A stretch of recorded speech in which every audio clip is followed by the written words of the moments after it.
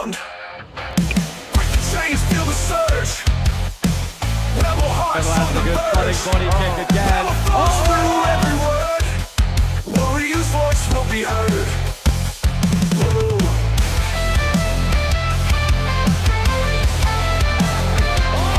That's right.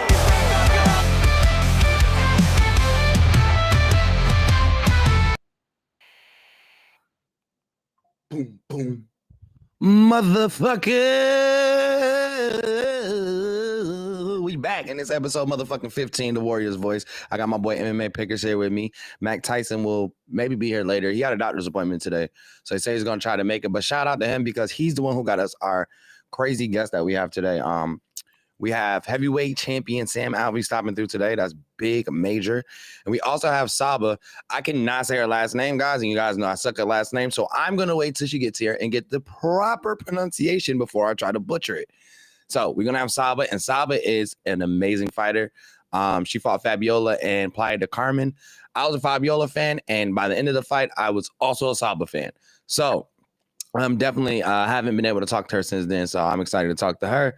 We got a lot of stuff going on, but before we get into all of that, I got to ask my boy, MMA Pickers, how you feeling? I'm feeling great, dude. I'm going to be a little slow today, coming off the BLP concert last night. So What concert? Speed, but What concert? What's up? What concert was it? BLP Kosher. Oh shit, that's my boy. I'm not gonna lie, bro. I'm not gonna lie. He is the most fire Jewish rapper ever. No cap, bro. He is the dude from Florida, right? With the wicks. Mm-hmm. I love him. He's amazing.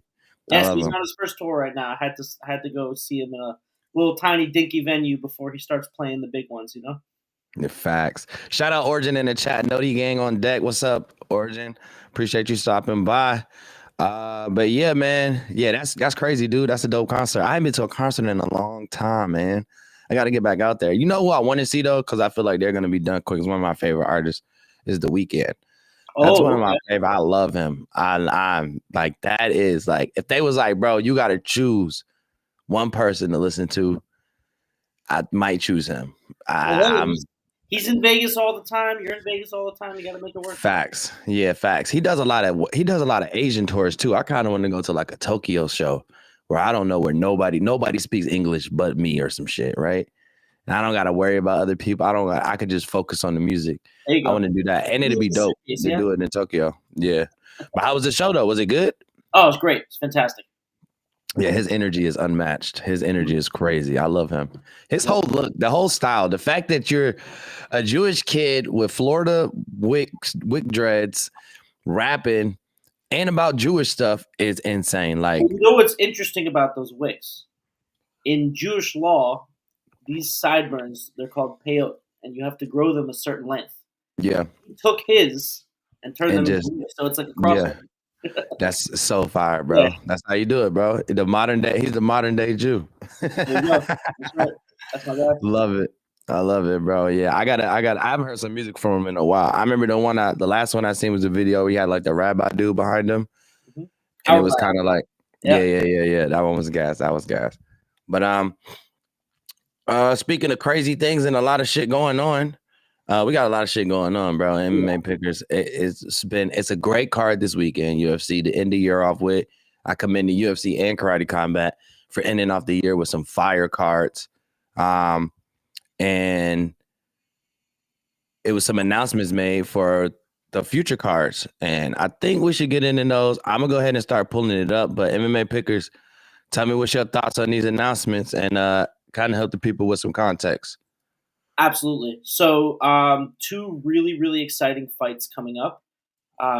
Just to summarize, give you a good idea of what's happening. Khabib posted on his Twitter recently, 2 title fights in one night. Don't think this has ever happened in the history of my gym. Oh my God, what an exciting night. I hope I can handle it. So it does look like Khabib's going to be in the corner. The 2 fighters fighting. First, the co-main event, second to last fight of the night for, I believe it's UFC 311. In January, it's going to be Umar Nurmagomedov, who's going to be fighting the reigning champion, Merab Dvalishvili, coming off of his win against Sean O'Malley in the Sphere. There's been a ton of back and forth between these guys. They're beefing. They're talking crap. Umar's accusing him of ducking. Merab's saying, hey, I went on a 10-fight win streak. You didn't earn your shot. But apparently, according to the UFC, Merab got so sick of it, he went into the UFC PI and he specifically requested this fight. So that'll be an absolute banger. That is a banger. That is insane. I love that. I all the way love it. Oh, it's gonna be great. And then the main event, even more exciting somehow. We have Islam Makhachev in the much anticipated rematch, finally being booked against Arman Tsarukyan. Yes, your main event for the lightweight title. I mean, Coach Khabib has his hands full that night. Coach Javier Mendez has his hands full that night. Those are two very game opponents, but listen, man, never bet against a Dagestani. Yeah, bro. And honestly, this is the chance to see if Merab or either, right? Merab or Islam could be exposed. But honestly, on the Islam side, don't see it happening because I watched the video of Islam tapping Arman. No, Hazmat Chimaev tapped Arman at that thing that they did. Yeah, so to be fair, Khamzat's much bigger than both of those guys. True, but weight classes up. It's that Dagestani, bro. I'm trying to tell you, is that the Dagestani grip is different. When they grab you like this, you're not going nowhere, bro. You're not going nowhere. I see the frustration in all the fighters' faces the moment any Dagestani wraps their arms around their back and is right here with it. Yeah, it's just they looking at the commentators like, Joe, help me, bro. Joe, tell me something to help me, Joe. Give me some commentation advice. Because they definitely be taking the advice they be hearing if they're close enough. Yeah. I've seen it plenty of times. He'd be like, he needs to put his leg over the left side of his body. And then you see him do it. Oh, he did it. He must have heard me. Yeah, you see that fight when Kevin Holland fought Brunson at the Apex, right in the Corona? Oh, yeah. And he was it Daniel Cormier screaming in front of the table? DC, yeah. What do I do? DC. And Khabib fucking hilarious. Yelling wrestling cues at him. Yeah. But not to tangent too much off that because but Arman, and that's going to be a great fight. Arman and Islam is going to be a good fight. Arman does have sufficient grappling and wrestling skills, sufficient takedown defense. Even though against Islam Makhachev, it really doesn't fucking matter what you have. That man is just different. I'm sorry. I actually think he does have good enough wrestling that this will mostly play out on the feet. Islam's striking has evolved so much at this point, and we've seen such high-level striking against high-level opponents out of him that he'll have the edge on the feet against Arman. So, yeah. I mean, Arman, like, if you watch their first fight, he was tit for tat with the wrestling. Yeah, 100%. Offensively wrestling for a bit of it. You know, it was a good first matchup. That's why I'm glad that they put it together to start the year off, too, which is beautiful. Honestly, is that fight in L.A.? Yeah. Is it L.A.? I might go to that. I might go to that one. Well, I might. Ticket, call me. Okay, I'm gonna see what's up, man. I might have to reach out. See if I can get to that one. I was looking at it too. I seen when they posted it and it said LA, and I was like, dang, because my homie stay downtown LA, so I don't need nowhere to stay. My homie lives like blocks from the crypto center, whatever it's called now. Ground. I grew up in LA. I lived there till like I go to his crib whenever I go. We always get Clippers or Lakers tickets because we could walk right to the stadium, walk right home. It's right there, like literally. So. I keep forgetting it's called Crypto Center now. I almost didn't know. Yeah, I love Staples. Staples for the rest of my life. I don't give a fuck what you call it. I don't give a fuck what anybody call it. That is the Staples Center. That's like if they rename MSG, I would never respect it. It's funny because my parents call it the Coliseum. I don't know if you know if you go that. Well, LA, the LA Coliseum. Yeah, back in the day. Yeah, back in the day. Yeah, it's okay. I'm sure in 5 years it'll be something else. It'll go to the highest bidder. You know. Yeah. What was the team when they played at the Coliseum in LA? That was still the football team. Oh, football? Yeah. Is it the Rams? No, I think they were St. Louis. Maybe it was Raiders? Maybe. The LA Rams were around in like the 70s, I think, maybe. Maybe it was okay. Raiders.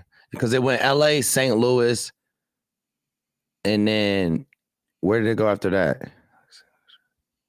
I don't know. I'm tripping. Anyways, let's get back to combat sports. How does my expertise? yeah. Let's stick there. But yeah, man, I love to see this fight. Islam, Arman, that's gonna be dope. But to be honest, I'm super excited about this weekend, bro. Like this weekend's card, which I have it right here. Let me pull it up. This weekend's card is gonna be fire. One of my one of my people I dislike, and I don't hate anybody. I just might not like somebody's like I wouldn't say character. I say more like their fight persona. Let me say that, right? That's a great way to put it. I might not really like they fight persona. And what I mean by that is I don't really like the way they conduct themselves during the fight buildups. I know who you're talking about. Yeah, Ian Machado Gary. I really don't like that guy. And you know who I fucking love with all my MMA heart? Shavkat Rakhmonov. And I know he's going to fucking murk him. Sorry. If you think Ian's winning this one, I don't think it's happening. Shavkat's already tapped him before, and they did training or whatever. He tapped him before. He said, yo, this shit is hilarious. I got to tell you this one, though. But Shavkat said Ian's girlfriend has it on her phone. I was reading a tweet that was talking about this, and the guy goes, Ian Machado Gary's girlfriend's boyfriend is going to post a video to piss off Ian. I said, yo, the internet is undefeated. Y'all better leave this man alone, bro. That shit happened so long ago. They're still going on about it. Huh? Huh? Real rough one. Oh, bro, they go in on him. She used to work for Karate Combat. Is she really? Yeah, she used to work for Karate Combat. She was on part of the on-air talent. She kind of did what I did. Oh, wow. They're all really cool. Like, I don't that's why I said I don't dislike him. I just don't like his fight persona. Like the way he talks shit, all that. I'm just not a fan of it. I don't got nothing against him and his wife. And I honestly wish people would leave him alone. Let them live their life. They do whatever they want to do. But trolls is trolls. They have nothing else to do. They're in their mom's basement, you know. It's getting hot down there. They're getting pissed off. They got to go ruin somebody else's day because their day's fucked. So, I don't think his day got ruined too many times. I feel like the checks make it a little easier to read the comments. Oh, 100%. But this still doesn't mean it don't piss him off. I'm pretty sure he gets pissed off. He look at his bank account, feel a little better, but he definitely gets pissed off. But I'm super excited about this fight. I was kind of excited for Cyril Gane coming back to fight Alexander Volkov, but I think Volkov is going to start Cyril Gane, bro. I don't know. I don't know, bro. The way John did him, bro. I think he opened our eyes a little bit, man. What do you think? John came from weight class up. It wasn't like. Hold up. Huh? What do you think John would have done to Volkov? Same shit. Yeah. It's 2K. But it would have been at least a little bit longer. Maybe. It wouldn't have been that quick. It would not have been that quick. I think Volkov would have been able to defend himself for enough to get to the point where he got subbed pretty early in the first round by Aspinall. Yeah, he did.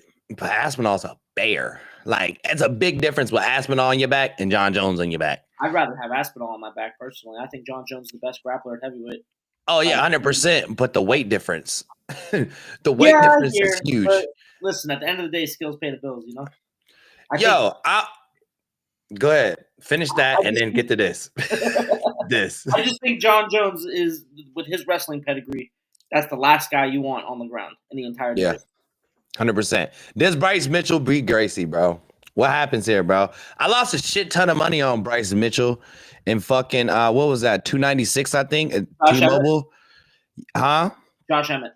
Yes, bro. $100 parlay. I'm walking down the stairs, snacks in hand, parlay in hand, happy as a fucking duck in a fucking pond on a sunny day. Just walking to my seat, and this motherfucker gets knocked out. Just threw my shit. Just threw the whole ticket and just kept walking down the stairs. I didn't even make it halfway to my seat before the parlay crashed, bro.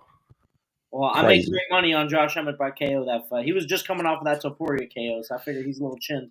And verbatim quote, Gian Paisan, you fucking asshole. He says, Josh Emmett's a fucking punching bag. There's no way he's beating Bryce Mitchell. Bryce Mitchell can't punch. Fuck you, bro. Bryce Mitchell can't punch. Bryce Mitchell is one of the best grapplers in the UFC, but the guy can't punch.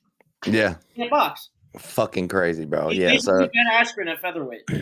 That was shitty. But do you think Bryce Mitchell pulls out this win here? Yeah, I think. I think Crone Gracie is really good off of his back. I don't see him subbing Bryce Mitchell. Yeah, I don't think I think Crone Gracie can punch even less than Bryce Mitchell.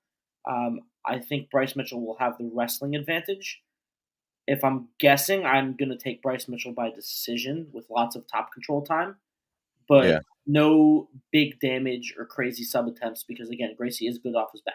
I think they're minus 950. Yeah, I mean, I think they're going to be in kind of a stalemate position, and I would guess Bryce Mitchell by decision for holding the top position. Yeah. The whole thing with Kron Gracie. I mean, according to his social media, his family instructed him um, not to punch in his last fight against Jordan. So it seems like he's going in there to prove that jiu-jitsu still works at the highest level. And if that's his goal against Bryce Mitchell, I don't see it going his way. He Bro, needs to utilize a lot more tools than that and mix it up and make it a little messy because he's going to be giving up a pretty big wrestling advantage to Bryce Mitchell. In Yeah. my opinion. I fucking love the Gracies, but this is not UFC 1. You need to be well-rounded. Jiu-jitsu is one of the most dominating things you can have on your tool belt. But if you want to be successful in the UFC, you're going to need a little bit more gadgets, Batman. You can't come in there with one fucking gadget thinking you're going to get shit done. I honestly think this is a layup for Bryce. Try to get him back into good graces. And he hasn't fought in a while, too, which is a good little warm-up for him. I don't think he's fought since 296. So it's a good little warm-up for him to get back in the ring. What was another one that I was hyped? Oh, well, we got some OGs fighting. We got some. Oh, you just skipped right over the Nate train. I don't know how I feel about that. Well, I was getting back because I like Choi Okay. too. I was coming back that way, but I had seen this and I wanted to talk about this. The That's two fair. people John Jones fought. It's two people that have been around for a while, big vets. This is a nice fan service fight right here because two dogs too. Because Anthony Smith, that motherfucker's a Do beast. the Bro. odds make sense to you on this one? They don't make any sense to me. Yeah, this one's crazy. The odds This are is weird. crazy. For some reason, Reyes is like a super heavy favorite, but I think this should be a Pick 'em. pick 'em. I'm Really glad we're on the same wavelength. Straight pick 'em. There's Straight so pick 'em. many questions in this fight. I might just bet Smith because he's a 3-1 underdog. I have Yeah, no idea 100%. who's going to win this fight. The question is, who still has 5% of their chin left, Mhm. and who is going to be slower? That's how this fight is to me. It's like two guys way over the hill. At one point, two of the most talented guys in the division, but they've been both knocked out a ton, finished a ton, fallen from grace, so to speak. Yeah. Who has more of their old self left? Yeah. Why does everyone believe that's 3-1 in Dominic Reyes' favor? Did he not get knocked out in 3 of his last 4 fights? Yeah, they're still using that John Jones bullshit. It's like I was 5. you wanted to closely get him. Shut the fuck up. He didn't do it. Sorry. Left it to the judges. Sorry. Anyways, I'm excited to see this. I also think I'm gonna take Smith on this one. 3-1 is insane. I ain't gonna get too much into your bets. I'm gonna let you do that later. But there's just a few. It's another. You know what? Too. This is a wrestling heavy card too. It's gonna be some really good fights in here, but it's gonna be some really boring ones. And one of those definitely is gonna be Ilaval versus Sterling. That's gonna be boring in my opinion. I love Aljamain Sterling, one of my favorites. But this is gonna be quite boring. This one I don't think will be as boring. Oh no, there's no such thing as a boring. This one I think is going to be very exciting. And I know you wanted to get to this just as much as me. And I know you love Nate, but I also love Dohoy. I love Dohoy Choi, boy. Oh, he's a beast. He's a beast. Yeah, he's a dog. I say that one thing about the male Asian fighters in the UFC are very, very tough, bro. Like super tough. And he's definitely one of them. There's another fight too, where some older guys, 33 and 36. Two vets in the game. Huh? Yeah. Different caliber. Guy entirely. Yeah. In fighting, it's almost less about the age and more about what you've been through as a fighter, you know? Yeah, 100%. And very similar amount of fights too. Like, I don't know how many. Like 32? 33? Who? 9 old. Kevin Lee. Kevin Lee. Yeah, he's got to be like 33, 34. He's been past his prime for 3 years. Yeah. You mean, Keith Lee's brother? Oh, speaking of that, yeah, we got to talk about some shit too. Let's get through this. I forgot about that. Let me write it down because I'm a dummy and I forget. But so you thinking Nate pulling this one out is what I'm hearing from you. This is a pick 'em. I'm a Nate fan. Yeah, I am too. I like both of them. He's going to have a grappling advantage, though, I should say. I give Choi a slight advantage on the feet, but I do think Nate's grappling advantage could come into play. I think he's a very underrated grappler. Very strong on the ground. Yeah. Houdini said Reyes on the feet, then Smith will bring it to the ground. I don't think it becomes a slow. I think it becomes a slow hug fest, and Reyes wins by strikes. Not even convinced that Reyes necessarily wins on the feet. I think at one point he was more skillful on the feet, but I think he less of a chin than Smith. Less of a chin, and I think he's Johnny Walker chin. He's quite a bit slower than he used to be as well. Yeah, that age he might have gets more you. technical skill on the feet. That could be the case, but Yeah. his chin just scares me so much. Oh yeah. And as much as Smith's chin is out and he gets wobbled a lot, the only guy I can remember in recent history who finished him via KO was like Khalil Roundtree. I'm not going to fault him for that. I mean, Khalil Roundtree finishes most of the roster via KO in there, to be real. Not Alex. You gotta love when you see Clay Guido on the card, baby. You gotta love it. I fucking love Clay Guido. I do love it, but I hate it because he couldn't. I do too. It's damn near Tony Ferguson at this point. He's old as shit. Like, why are you still fighting, dude? But I love. Anytime I make a UFC fighter, I always pick the Clay Guida style, like the movement. I love it. It's hilarious. Like it's so wild and awkward. It's literally a better looking version of Drickus, in my opinion. Drickus is just wild and awkward. I think like 2 or 3 fights he Homer Simpson somebody. I forget who it was, but some dude just punched himself out on Clay Guida's face and then got choked out on the ground. It was great. Hilarious. I love. Yeah, that's a quick motherfucker. When you get to the ground, he's fast moving on the ground, bro. Oh yeah, he moves quick. Super high level wrestler back in his heyday. Yeah. Real question: how does Hooper finish this? You heard it here first. Some form of a leg lock, whether it's a heel hook, straight ankle lock, knee bar, some form of a leg lock. That's all wrestlers who come from that old school American wrestle styling background. That's their weakness. And actually, these guys had a grappling match in Fury, and that's how Chase Hooper finished him. So I think that's going to happen again. 100%. Got a Nigerian boy. My boy Kennedy's on here too. I met him at UFC PI as well. Yo, I actually remember I was talking about Ming Yang. I found the fucking videos on my phone of this motherfucker rolling at the PI, bro. I gotta find it. It's in this one. I was like, oh, I remember I was telling these motherfuckers about Ming Yang, and boy, that motherfucker's a beast. Love him. Oh, we got the KO that night. Oh, yeah, we cooked up on that one. Shout out to anybody who's been taking those motherfucking picks, because MMA Pickers been having y'all eating lovely for the last 3 weeks that we did it. I know last week we was all going through withdrawals at home, talking about, come on, man, we need some UFC, man. And we had a little bit of PFL. We about to talk about that next.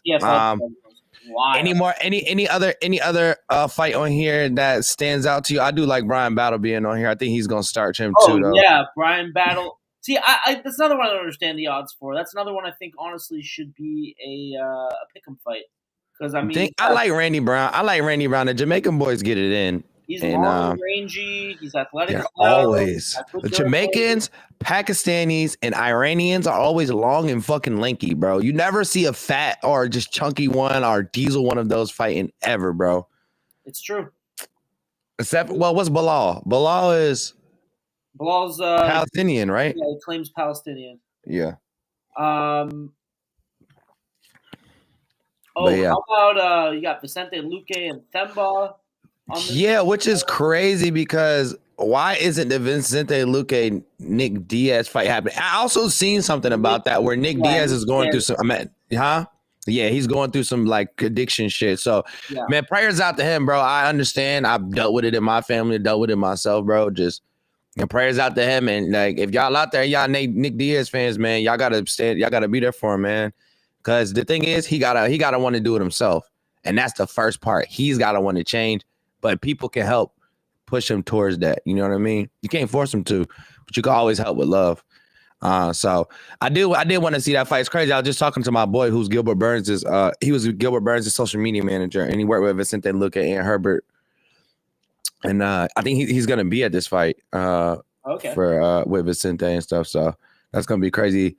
But yeah, this is I wanted to see that fight. That's the fight I wanted, was the Nick Vicente Luque, because this plays out. How I think this plays out? Oh, it's tough, bro. Because they're both literally like, this is almost so evenly close with everything. It's hard. Like, look at all of the stats. Like, it's nothing that's an outlier that's super, maybe the takedown average on Garimbo's side, right? But other than that, everything is within like 10%, 9%, 8%. The height is within 2 inches. The age is the same. The reach is the same. Vicente Luque has a lot more experience, but a lot more damage. A lot more damage too. That's what I'm saying. That chin and Father Time take their toll 100%. You know what, bro? It's a tough one, bro. I think I might, if I had to put my money on it, I would go with Thimba. Same. I would go with Thimba because honestly, yeah, I would have to go with Thimba. That 2-inch reach is a lot too. I didn't even peep. That's 2.5 actually. No, it's actually 1.5. What do you think about? I know you want to move on to PFL, but I have to get one Yeah, more go fight ahead. up here. We got to talk about Evloev versus Sterling, and we have to talk about the fact that I got moved from the main card to the prelims. It's In favor of boring. That's why it's gonna be boring. We're gonna see 15 minutes of crotch sniffing. I love these guys. This is MMA. I understand, but I understand that. But for entertainment value purposes only, Wait, this what are you gonna get with Bryce Mitchell versus Kron Gracie? because Bryce Mitchell is a flat earther. Bryce Mitchell do a bunch of Bryce Kron Mitchell. Gracie's a flat earther too, by the way. Yeah, I know. It's hilarious. Two flat earthers fighting each other. It's fucking hilarious. They're literally gonna go have drinks after this. They really want to be friends. But Bryce, honestly, Bryce has a big fan base, which Aljamain does too. But Aljamain also has he came off, he lost his belt, came back, This lost. is a title contender though. Who? Aljamain? Aljo versus Mosfar is a title contender. How do you? Bryce Mitchell's coming off 2 KOs, and Kron Gracie's coming off one of the worst performances in UFC history. Well, if you bit that, yes, I would. If I were to push one to the prelims instead of the main card, it would have been that one instead of the Aljamain fight. I'd have put the Aljamain fight at the beginning of the main card, the first fucking fight. It was. They took it off. Yeah, and dumped I would have. prelims. Yeah. Now, well, also, you know what that could mean? You know what that could mean too? You know what that could mean too? And I've noticed this. It's somebody could possibly not be fighting. And they're moving it so that they could adjust if they aren't there. I've seen that happen before where they move somebody down and then the other person don't show and then it's some new guy that they brought on. They did that with what was that, UFC 300 or 303 where Buddy stepped in on ours, Dan Ige.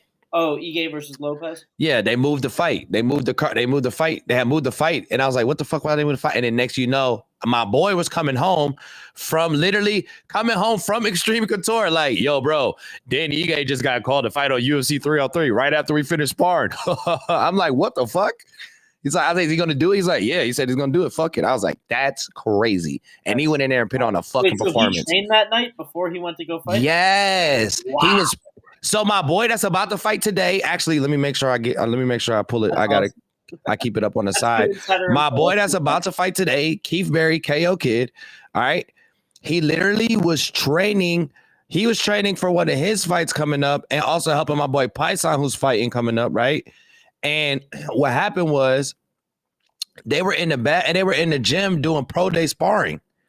And Sean Strickland, all of them, everybody's there. They did pro day sparring. And then immediately after pro day sparring, I can't remember the coach's name, red hair guy. I can't remember his name right now from Extreme Couture. I know exactly what you're talking about, Eric Nixon. Yeah, you know exactly what I'm talking about. Yeah. Yes, Eric. So boom, they get the call and he's like, yo, they need somebody to fill in. What's the name? Can't fight Diego Lopez or whatever. And stepped in. No camp, bro. But I can tell you one thing. Majority of the pros at Extreme Couture, when I do go with him, you see the same guys all the time. Those guys are constantly working. Like, they're not just, you have your training camp guys who all right, I'm in training camp, now I'm gonna go hard, and other than that, I'm gonna go once or twice a week or some shit. And then you got your guys that train like they're in training camp all the time. And that's majority of the culture at Extreme Couture Gym. So that was crazy that he just popped in and did that shit late last notice. But yeah, Aljamain should be on the main card. I mean, he's just a former champion here, and he's not that far from Grace. Like, let's pump the brakes a little bit. He's not that far from Grace. It's a lot more people that's farther from Grace that shouldn't. I feel like even Reyes and Smith, you could have bumped them down a little bit. Where they at on this card? Hell yeah. No, they in the prelims? Oh yeah, right where they belong. Yeah, there you go. Yeah, but I mean, I would have put Aljamain and what's the name above them? I mean, I would have put them above Nate and Choi also, but I really love that fight, so I'm not mad about that one. That's why I'm picking on Bryce Mitchell. Yeah, I'm not mad neither. That's going to be a banger. Reyes fight, I think it's explosive. We'll see. We'll see. It's a bunch of old motherfuckers, man. All right, but we got to, bro. I know you want to do it, baby. We got to talk about her because she's a fucking beast. I'm gonna tell you this. We did bet against her. Yes, we did. We bet against her, but we bet with our pockets, not with our hearts. Our hearts knew that she fuck around and gonna get this shit done, and she did it. It was great value on the picks. Dominant. Yeah, it was great value on the picks, and she showed why it was great value on the other side because it wasn't happening. She pieced her up. She gave her a 8-piece wing ding, chicken fries, and a bath, and sent her about her way back home, which is crazy because Shorty had never been finished before. Nope. Ever. They had a split decision loss to Valentina freaking Shevchenko not even that long ago, in the last couple of years. So Yeah. what this says to me, even though she's in the PFL, we might be able to call Dakota Ducheva a top 3 female fighter on the planet. Oh, 100%. And 100%. probably number 1 female striker on the planet right now. 100%. 100%. Who's move her to the UFC right now? Who's fucking with her? I can only maybe 4. I'm like literally. It's not that many people. She's a fucking beast. I love this chick. She's great. She's one of the Brits that I actually like. Like she to me is like not how much you love John Jones. Okay. Yeah. we not. And you know what I noticed? Like being a UFC fan, the Brits hate John Jones. Well, of course they hate John Jones. What do you mean? They fucking hate John Jones, bro. Yeah, because they love Tom Aspinall. It's like yeah. Well, I mean, even before that, because MMA Guru always. Red Sox, bro. Huh? How you feel I about the fucking Red hate the Reds. I hate any Boston team with all my heart. Yeah, I hate. You know what's crazy is my boy that's in the chat right now, Houdini, is straight from Boston, like Sox fan, Celtics, Bruins, everything. Well, listen, fuck them all. So I'm with you. Fuck Boston. Yeah, fuck them all, bro. Fuck them all. But yeah, man, I honestly agree with you with this, man. She's definitely top tier. You got to put some respect on her name after that.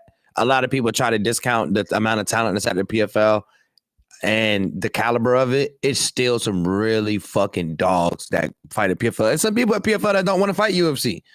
And some people that just like, I don't like the culture there. She just made $1 million. She just made. And to be honest with you, I like the way the PFL sets their shit up. The whole playoff shits and winning $1 million at the end and all, I love that shit. You know what it does? It creates hungry fighters. You know what I mean? And not discounting nothing Dana does. Dana does the same thing. I'm not paying y'all a shit ton of money like these boxers because then you'll get lazy, right? I'm going to make sure you can survive. I'm going to put you in position to do what you need to do to get money because at the end of the day, people get mad at Dana and like, oh, he doesn't pay them enough. Well, get a fucking better manager, dude. Like, do some shit. You're a personality. You're somebody who's on TV. You can leverage that to get money from sponsors. Also, who pays better? Who in MMA pays better? I'm not talking about the stars. Not UFC. Guy on your first fight. UFC is the best. Their minimum is like what, 12-12? 10. I think it's 10-12 is their minimum.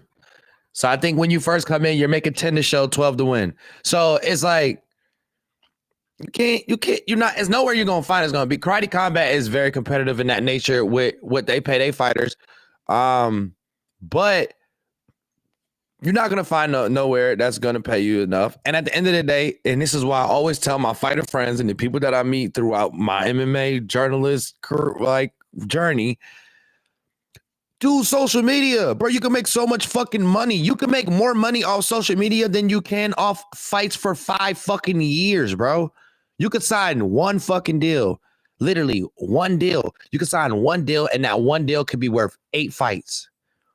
8 fights. I'm literally talking to people right now that want to sign fighters to sponsor deals, and I'm working on being able to create a pipeline for the fighters I know in Karate Combat, stuff like that. But this is what you got to do. You can't worry about what they paying. They're giving you an opportunity. The UFC is pinning you in front of worldwide audience. All you got to do is show up, show out, be entertaining, kill it on social media. You'll blow the fuck up. If you don't do that, it won't happen. Look at Alex Pereira. Showed up, showed out, kills it on social. He's a fucking icon. King of the side quests. This motherfucker is with K-pop bitch going like this. He out here in Korea dancing around with K-pop motherfuckers and shit. Like, bro, he's having fun, dude. Like, and it's all because he realized what he had to do.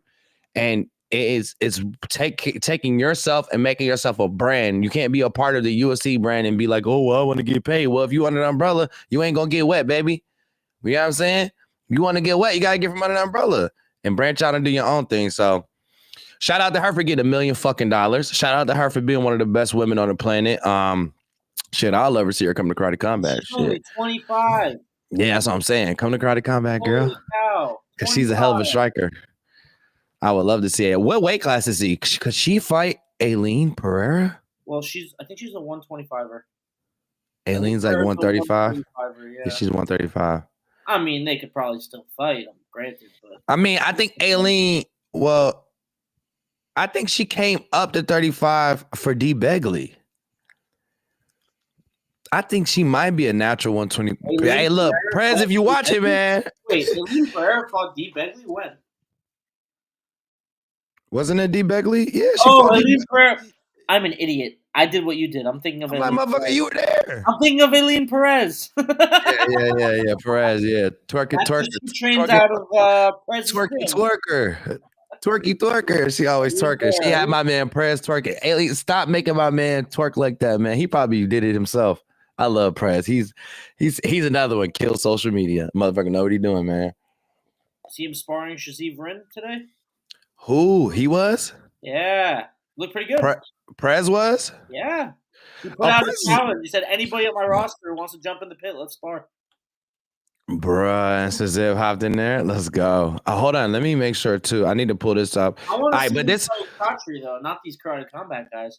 Yes, I want to see him fight. I want to see him fight Chatri, too. That should be dope. I'm trying to make sure my man ain't about to fight or has fought yet. Okay, we good. Hey, if anybody in the chat is watching Crypto Fight Night as well, bro, let me know if Jay Chains or Keith Berry pop up if I'm not paying attention to it. I'm going to try to put it up here. But another thing, I want to talk about a hometown guy of yours. Well, where you're at. You're not actually from Baltimore, but where you live.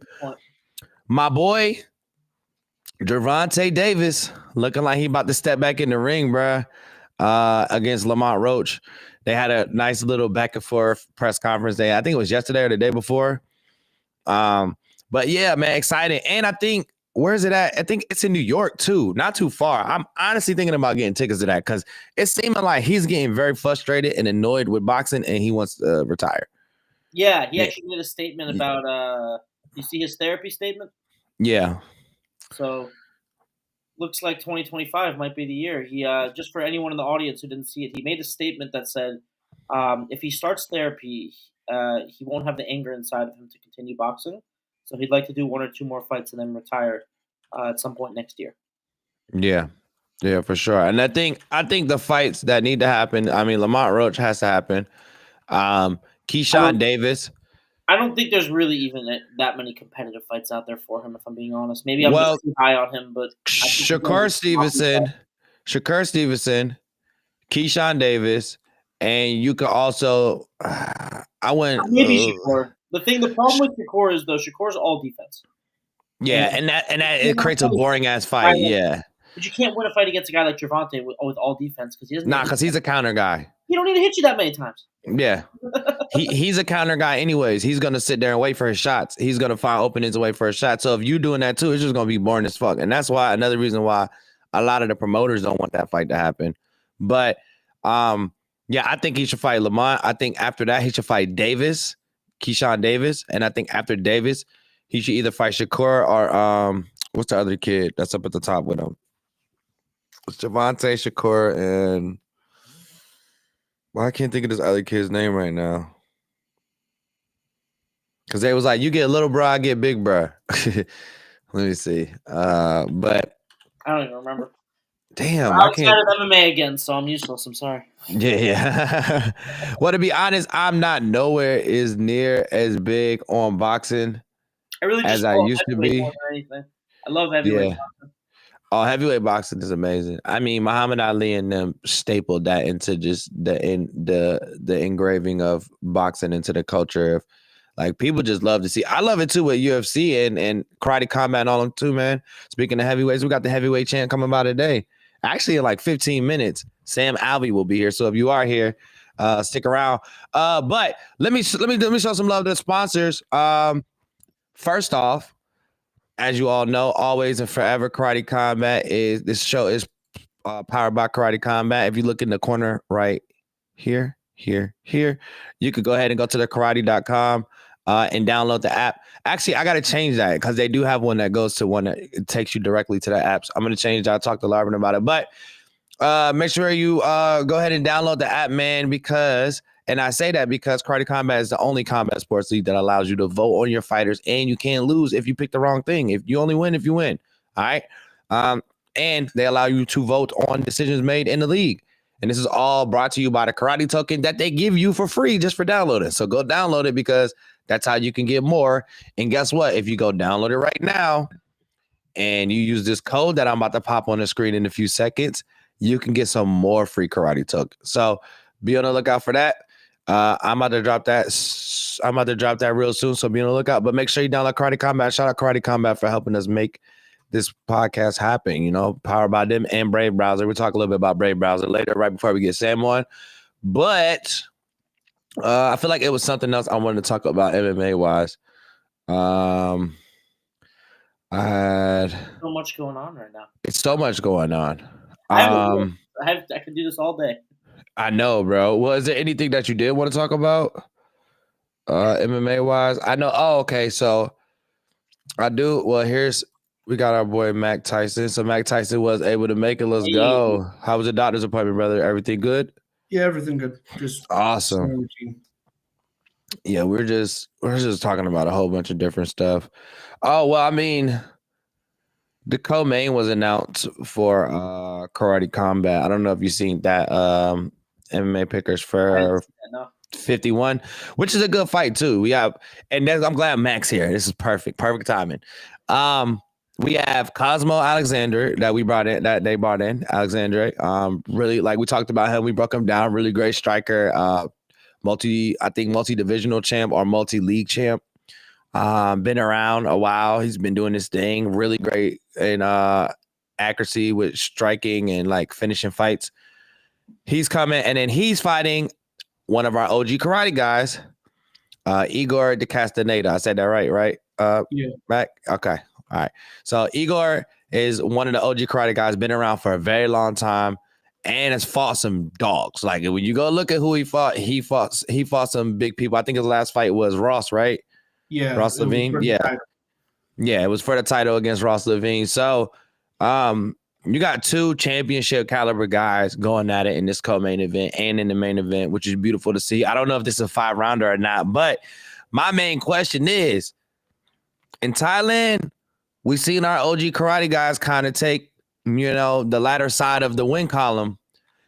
Do we think that Igor is the guy to bring us back to karate, catching the W during these events? Because on the last one, I mean, did we have any of our karate guys win? The OGs?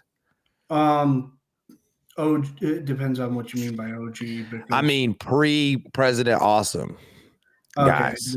Then no, because like the main karate guy that got a win was Bakero Dana, who he is also UFC MMA guy, but yeah, most of his striking training that he does in Mongolia is Kyokushin. Got it. Okay. But yeah, but this is my question is, do you think Igor has what it takes to be able to, stop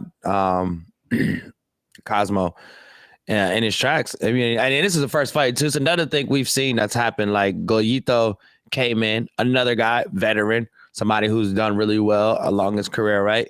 Come in, immediately fight a former champion in Owen Chamia, right? And he beat Owen Chamia. So we've seen this before. I'm a little worried. I don't know what's going to happen here. I believe in Igor. I feel like he can get it done. I've watched quite a few of his fights, and I love his fighting style. He's very aggressive. He's very smart. The fight against Ross was tough. I mean, Ross is just tough in general. It's Ross Levine, man. That motherfucker's a beast. Like anybody who willingly wants to fight Sam Alvey is a little bit crazy. You know what I'm saying? Especially when you're a lower weight class. But I'm hoping he can get it done. I wonder what you think, Mac. It's a tough fight. Like I'll go into what plays into Igor's advantage first. Is his three last losses in karate combat all came to title champions. They were all champions that he lost to. His first loss, it was more because he wasn't used to fighting in the pocket. So his dad actually got him to work with one of his friends who runs a kudo dojo that also has kickboxing and boxing. So he's been working on that for years now. And even this year, even though he hasn't fought this year, he's competed in a boxing tournament and a kickboxing tournament and won. So he stayed busy. And the fact that he's working on his hands is always great because, like, no matter what happens, someone's going to get knocked out because both of these fighters have legit power in their hands. Yeah. Like, you can't take away the puncher's chance from Igor. Yeah. The issue comes is that one of his greatest advantages would have been the fact that he is more of a karate stylist and bringing in that blitz karate style. But the issue is that Cosmo already took that L because when he went into his only loss in MMA came in his MMA debut, and he was coming in with a pure Muay Thai style, and he fought Josh Quayhagen, former Karate Combat welterweight champion. Yeah. And he was kind of set up to be the lamb of for Slaughter to have a great debut knockout, and he just couldn't handle that. In the second fight, he actually won, and he learned how to do that adaptation. And then you saw the results when he fought another karate guy in Sage Northcutt. Though it should be known that Sage Northcutt was coming from 150 in UFC to 185 in one championship. Yeah. That's a tough jump right there. The other benefit that Igor has in this matchup is the fact that Cosmo is getting on in his years. He's very well born. He's 42 years old. He's coming out of retirement basically from this fight. While Igor, I thought he was 34. I double checked though. It seems like he's 36 years old. So not the youngest guy either, but the benefit is that he's in the higher weight class, and most of his career was in point karate. So when it comes to that wear and tear, he just doesn't have the same level of wear and tear as Cosmo has. Yeah, that's what I was gonna say. Cosmo, being predominantly in kickboxing and stuff like that, he's taken up a lot more strikes than somebody who would be like a UFC fighter or somebody who would deal with grappling opponents. You know what I mean? A little more often than just dealing with strikes every time. It's like the Muay Thai guys, right? Like we learned that with Askarov, right? Somebody who had an extensive amount of fights, crazy amount, even with the decision with Bukau, but he came across a young guy like a War Kazimba who's coming off 3 losses and got caught with a shot. And just because of all of that wear and tear, he was able to knock him out. I mean, Askarov's nose is basically flat at this point. So it's like, it's nothing. He's been hit in the face a lot, and that does cause a lot. I also see that too, but could be a disadvantage too with not having as much as that like pressure as far as like heavy, like real fighting instead of like points, you know what I mean? Like actual full contact.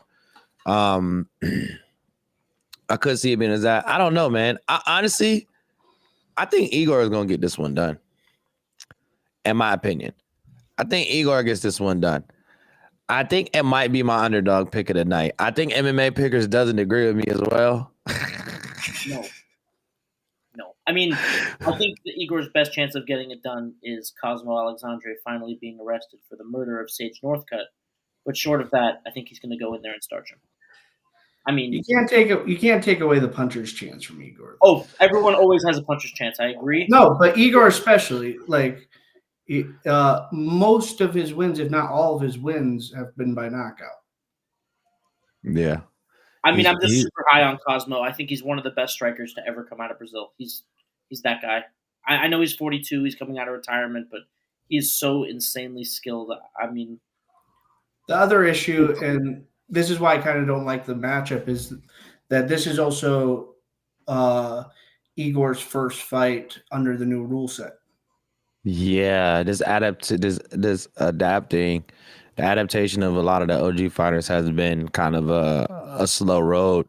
Some of them have caught up really quickly and just kind of like jumped into it and it's like, you know what, like you really gonna have to learn, like, because I've heard a few of them say like I've been taking some Brazilian jiu-jitsu just to help me with positioning on the pit wall and stuff like that. I'm about to pull up Igor's stuff, but yeah, I don't know, man. Maybe it's the karate lover in me that wants to see.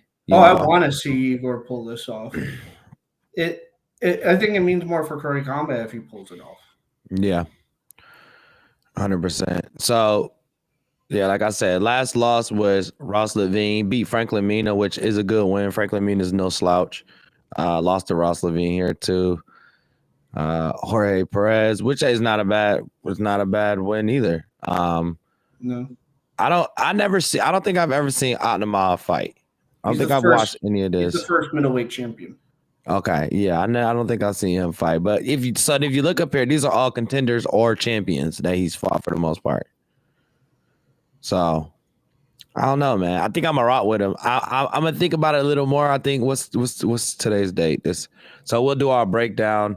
We'll do our breakdown next week, right? So we'll do our breakdown next Friday because the fight's on Thursday. So we'll have to do the breakdown next Friday. I have a better answer on if I feel like Igor will get it next Friday or not. But no push-ups yet?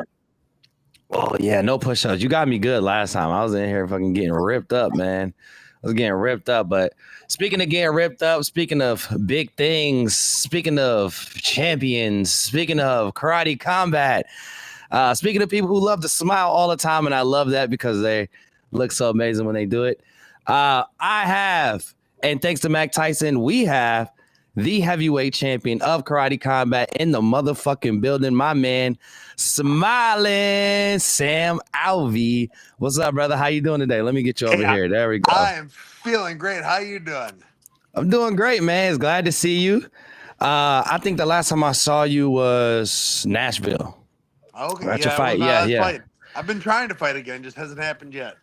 Yeah, let's just jump into it, bro, because you have been trying to fight, and I want to get into something we talked about on the show a little while back, because we had Marcus Perez on, and we got his take on it. But you called out two guys to fight in the same night. Now, I know because I know Keith. And I know the people you're around. I've talked to them. You're absolutely insane. I believe that you would really want to do this.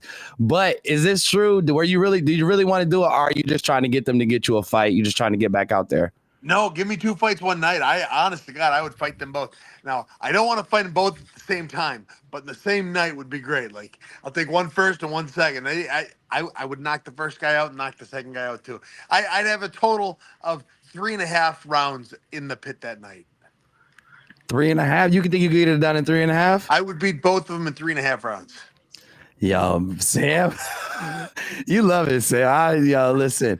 Yo, speaking of Keith too, Keith's actually about to fight real soon. I've been kind of like peeking over. He's got a fight in Dubai. Really? Keith Berry. Yeah, he's got a fight in Dubai today. Oh, I didn't know that. He didn't tell me that, Mom. That's crazy because that's how I met Sam. And it's another leads me to my other question too, because you have an interesting person you bring with you every time. I met Sam through Keith. Keith and Sam has trained a lot together. They've known each other. I think you guys used to live with each other too as well at one point. Yeah. But you bring Justin with you every time, right? His last name is I don't know why I want to say Dangerfield. It's Manley, right? Justin Manley? Nunley. Okay. Justin Danger Nunley. Justin Danger. That's why I don't know why I want to say Dangerfield for. I don't know, whatever. But he's a comedian on Instagram. He's hilarious. He makes crazy videos. I don't know if you guys ever seen it. He's the one where like somebody's saying something and then he just quick cuts to him. He's like, listen. Did you know that? Yeah. Listen, did you know that guy, and he's always got a little body bag looking like behind him? You've had him corner you twice. What is the reasoning behind this? No, shoot. It's been 3 times or 3 times now. Yeah. No, we were buddies. We did a comedy show together out in Las Vegas a couple years back. And the first time I had him corner me, I was fighting in Georgia. It was my first fight out of the UFC. And I knew he lived in northern Florida. So I said, hey, buddy, you want to corner me? He said, yeah, we'll make it happen. And he came up. We just had a blast. And fight week for me it's just time I can have fun somewhere else in the world. I love Fight Week. Fight Week. It is as much fun. I mean, just the whole week is fantastic. And if I can hang out with my buddies and have a good time, I'll do it. And it's hard not to have a good time when I'm with him. Yeah, and you do. I've seen you. We applied to Carmen, and we did Nashville, and then you were at another one with me. You weren't fighting, but every time, like when we applied to Carmen, we went out and got pizza the entire time. You just like hanging out. Hey, I was gonna get to them too. You got a squad there. But yeah, you were just hanging out. We all went out to get pizza, and then the whole time it's like before you're fighting everything, you're just like super happy, just smiling, and just having fun. And I love that about you. Like you bring a lot of great energy to Karate Combat and to the event whenever you're there. So it's a beautiful thing. And then sometimes your arms get caught in between people getting choked out. You know, things happen. Things happen. Even when I'm not involved, these arms are killing people. Great things. I would pass it to one of my co-hosts. When you guys want to, got any questions for Sam right now? Well, you want to go first, Pickers? No, you can go for it. Go ahead. Well, I just want to first get your thoughts on the new division that's opening up. It's kind of up in the air right now whether it's going to be called the super heavyweight division or if they're going to make it heavyweight and change heavyweight to light heavyweight. Either way, the way it's going to work is 205 plus with no upper weight limit. Really, there's no upper weight limit, really. As allowed by the commission. Yeah, okay. That's crazy. No, that's awesome. President Awesome reached out to me a while back asking what I'd prefer if I were to be the heavyweight and, add the super heavyweight or if I'd go down to light heavyweight. And I said, I'll just drop the weight class, make 205 light heavyweight, because then for the rest of the time, I will have been both the heavyweight champ and light heavyweight champ first. Nobody will ever beat double champ and only Double have to fight champ. once. That's the easiest double champ ever. Just swap it out. Just swap it out. I also heard, before I swing this to MMA Pickers, I was on a space with President, and he said that you wanted to fight Rebellis. Oh God, I did, and then I looked up who he is. I'm like, oh, he's like 6'9" or something. Christ. I mean, I'm willing to fight anyone. I'll never say no. But hey, President Awesome's looking out for me when he says, "Yeah, maybe watch him fight first." Yeah, he said, and I had Sam. He said, Sam's a G. I love him. He said, I had Sam call me. Yeah, I want to fight him. And he was like immediately. And I was like, bro, that is a big deal. He's a big boy. I seen him. I think the first time I seen Rebellis was 299 with Sean O'Malley. He fought on that card. And I seen him, was like, what? And he walked past me and his arms were like going to his knees. And I was like, holy, this guy is lanky and huge. And I was like, he's going to be a beast. But then when I seen his wrestling wasn't as great, I was like, he's got to find somewhere where he can go. And then when he got released and got on Karate Combat, I was like, perfect. You're going to fit in right perfectly here. But I'm assuming the Pickers, because I know Pickers got some good questions for you. Yeah. Absolutely. So I know Owen Charlemagne is big on his livestock. Bryce Mitchell takes care of his livestock. That's a Karate Combat champion and a very successful UFC fighter fighting this week. You're the heavyweight champion. I know you have quite a bit of livestock on your farm. Is farming the best base for combat sports? It would seem so. I got goats and sheep and horse and pig and all that, and then I became the Karate Combat champ. It's got to be connected. Yeah. I mean, it's a lot of conditioning. I know it takes a backbreaking labor. Oh, it's the goats. Everything else is easy. The goats, they get out of everything. It drives me batty. I can't keep them locked in ever. Yo, goats, they seem like they would be the annoying one out of the bunch, for sure. They absolutely are. And I just look out my window and say, oh, the goats are out again. Luckily, my kids go chasing them back, so I send my kids out and they chase them back. Oh, there you go. Have you ever tried catching the chicken training? Yeah, but all my chickens like me. So we've got this thing in my house. It's called the chicken bathroom. We hatch the eggs in the house, and then we move them into our bathroom. They just destroy the bathroom, but we'll get 20 or 30 at a time. And then when they're big enough, we put them outside. So anyways, all the chickens love me. So I can chase them. They just don't run. Yeah, just run right up to you. Just like, hey, Sam, what's up? I have another question about somebody who appeared in your corner. I've been wondering this since Nashville, so I'm happy I have a chance to ask you because I'm a big fan of his as well. Was Michael Knowles in your corner? Yes, sir, he was. Oh, my Michael God. the Wow. Knuckle Knowles. I knew it. Oh. Yeah, he's the king of like ringside cameos in his corner, bro. Like Sam is definitely the king of that. He brings out some good people, and it makes sense though. Now that you said like you like to have fun during your fight week to bring these caliber of people out because they're all fun individuals. How did that connection get made? All right. So I have a food truck. I work my food truck. I was downtown in Nashville, and it was kind of a slow night. Wasn't serving a lot, so I was listening to the mornings edition of the Michael Knowles show. And he said, "Hey, tonight I'm going to be at, I think he said Vanderbilt. I'm going to be giving a seminar, speaking thing. It was like 4 miles from where I was." He said, "Christ, I'm going." So I took my food truck. I like quadruple parked it in the student lot somewhere. Like it was, I was worried they were going to tow me, but I figured it's too big. I got that taken care of. And then I went in and I listened to a seminar. At the end of every seminar or speech, he said, "All right, I'll take any questions." So I went up there and I asked a question. I said, "Hey, Mr. Michael Knowles, my name is Smile Sam Alvey." And I'd send him a couple voice messages on the show time before. I said, "Hey, I'm fighting in This was for wrestling in Las Vegas. I want you in my corner. You game?" "Yeah, let's do it." Now Vegas didn't happen. He was going somewhere, but I stayed in touch with him. And as soon as I was in Nashville, I said, "You want in?" He said, "Yes, put me in." So now Michael Knowles and I are best friends. That's awesome. That's super dope. The most random but fire interaction ever. You know what I was working on? I was hoping to fight in January. I was hoping to fight in December, but then January in China, which I think the fight card is going to be held. And I was going to do everything I could to get Jackie Chan in my corner. I was already looking at how to contact him, how to get in touch with him. I was gonna make it happen. Oh, Dude, man, if you I did believe that, yeah, that would have been That's goated if you did that. I was gonna make it happen. 100%. Yeah. Always got next time. We got to start a hashtag or something. Yeah, we got a hashtag. I'm gonna get all the Karate Combat fans on it. The hashtag Jackie Chan and get him in your corner. Find Because I think Jackie we Chan. are going to Shanghai in January. I think it is, or Hong Kong. One of the two.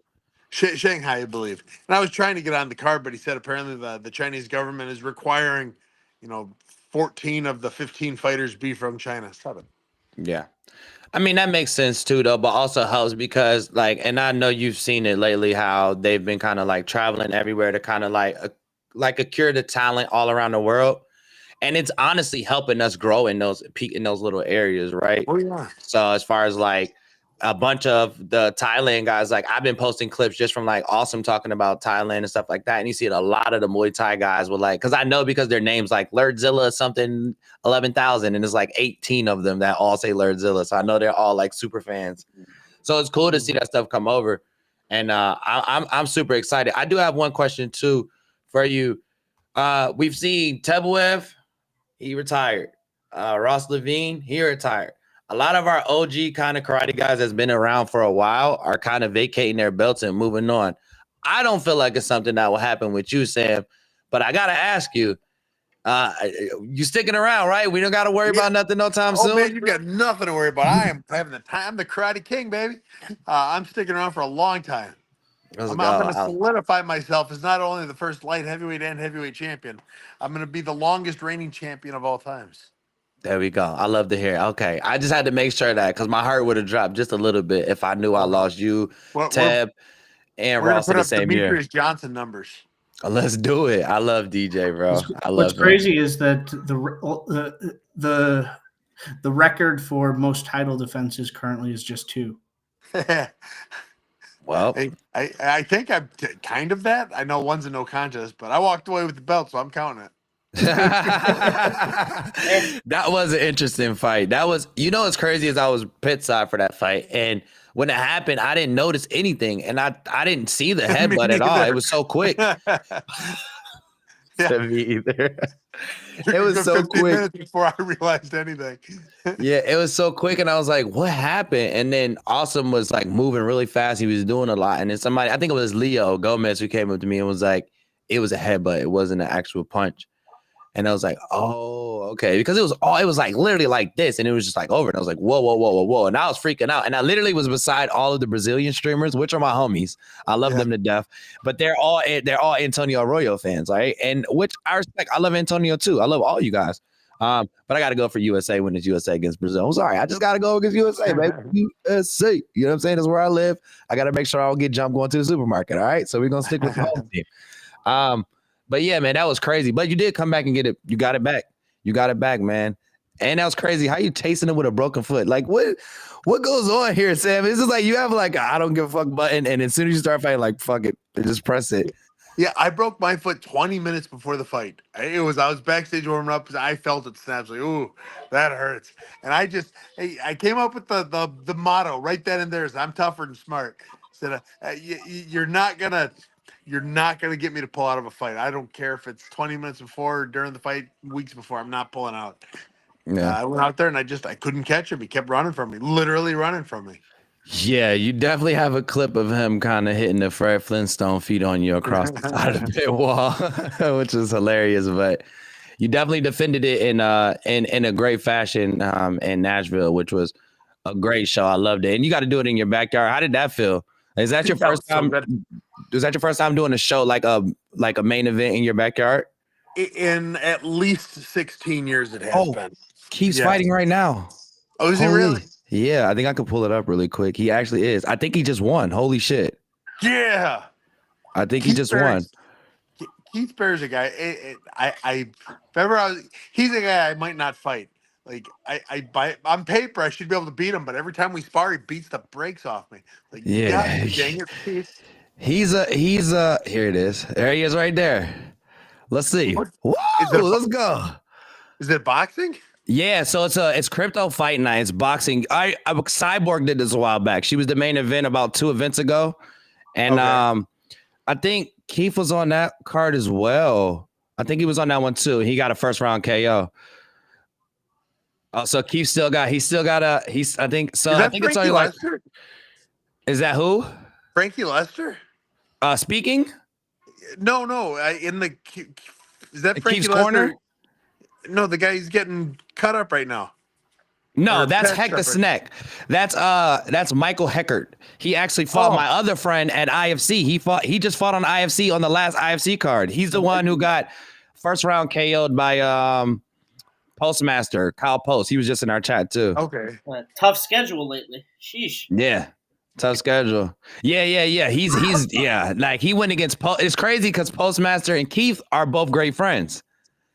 Oh yeah. So he literally has fought, because Postmaster and Keith were trading together and everything, and like now he just fought them back to back.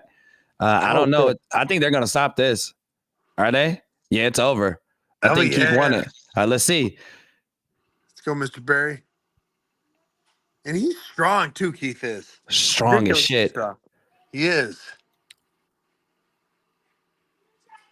What weight was this? Keith looks smaller. I think it's at 190 or 205. Yeah. He's It's a to be like 85er. Oh, we're gonna have to tease him. He looks like an old man in those shorts, pulled up past his belly. But I know it's boxing. My man, my fucking guy. Teo Kid is back. Yes, sir. Bing bong. Good shit, brother. All right. I just had to make sure I see my boy get it. It's dope. We got to experience that with the heavyweight champion of karate combat. Man. That was super dope. Yeah, Keith's a beast, bro. I stayed with him for a whole month and like kind of like in Vegas and we're just kind of like hanging out with him. My boy was training with him. Python, that's my best friend. Gian. Yeah. So he was out there training with him. I actually helped Python move to Vegas. We drove all the way from Jersey to Vegas. I helped him move out there. And then I stayed for a month around the time of UFC 303 and stuff. So I spent the whole month just like going with Keith the Extreme, just seeing him do everything, his daily routine. Dude, that dude's a beast. One, he trains all the time. He does a bunch of crypto stuff. He does a whole bunch of stuff. And he smokes a shit ton of weed and still gets shit done. I don't understand. I have never seen someone smoke as much as him. It's freaking crazy. He's terrible. Like when I came home from his house, I had to detox. I was like, Keith, you smoke way too much. I need to relax for like a week. But secondhand high. Yeah, I was out. I lived with them for about 3 weeks here before my Nashville fight. And yeah, secondhand high. It was crazy. Yeah, he's insane, dude. He's insane. Mac, MMA pickers, you got anything? I know I jumped over to the fight real quick. No, that's all good, Mac. How about you?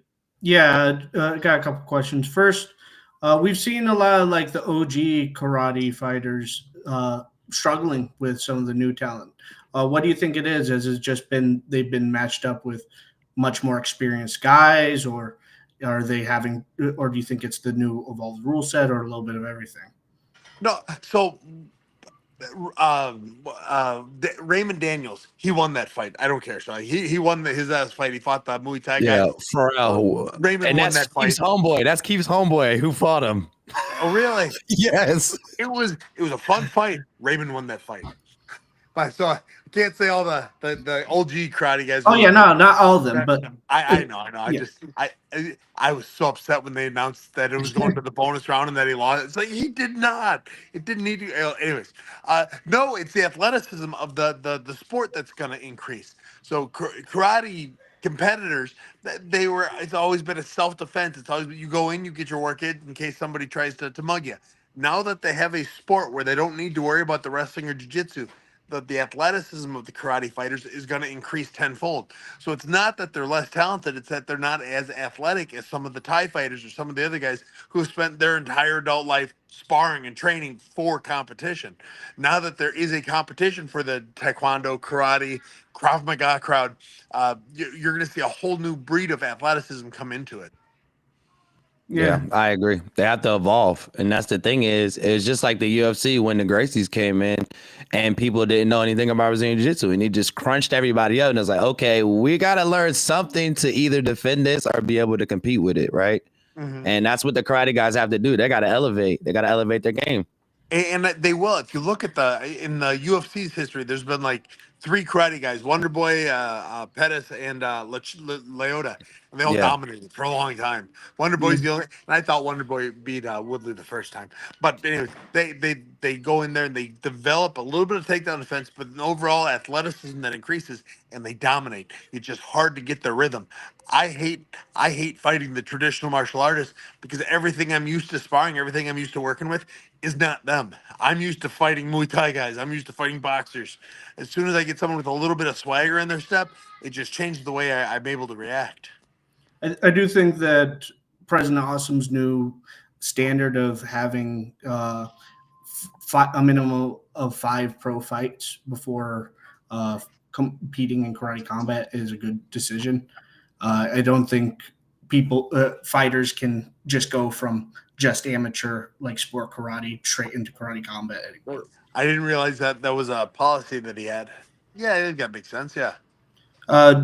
What do you think about some of the sport, like some of the guys that came from pure sport karate to karate combat have some fights, but they aren't at that 5 pro fights? Do you think they should consider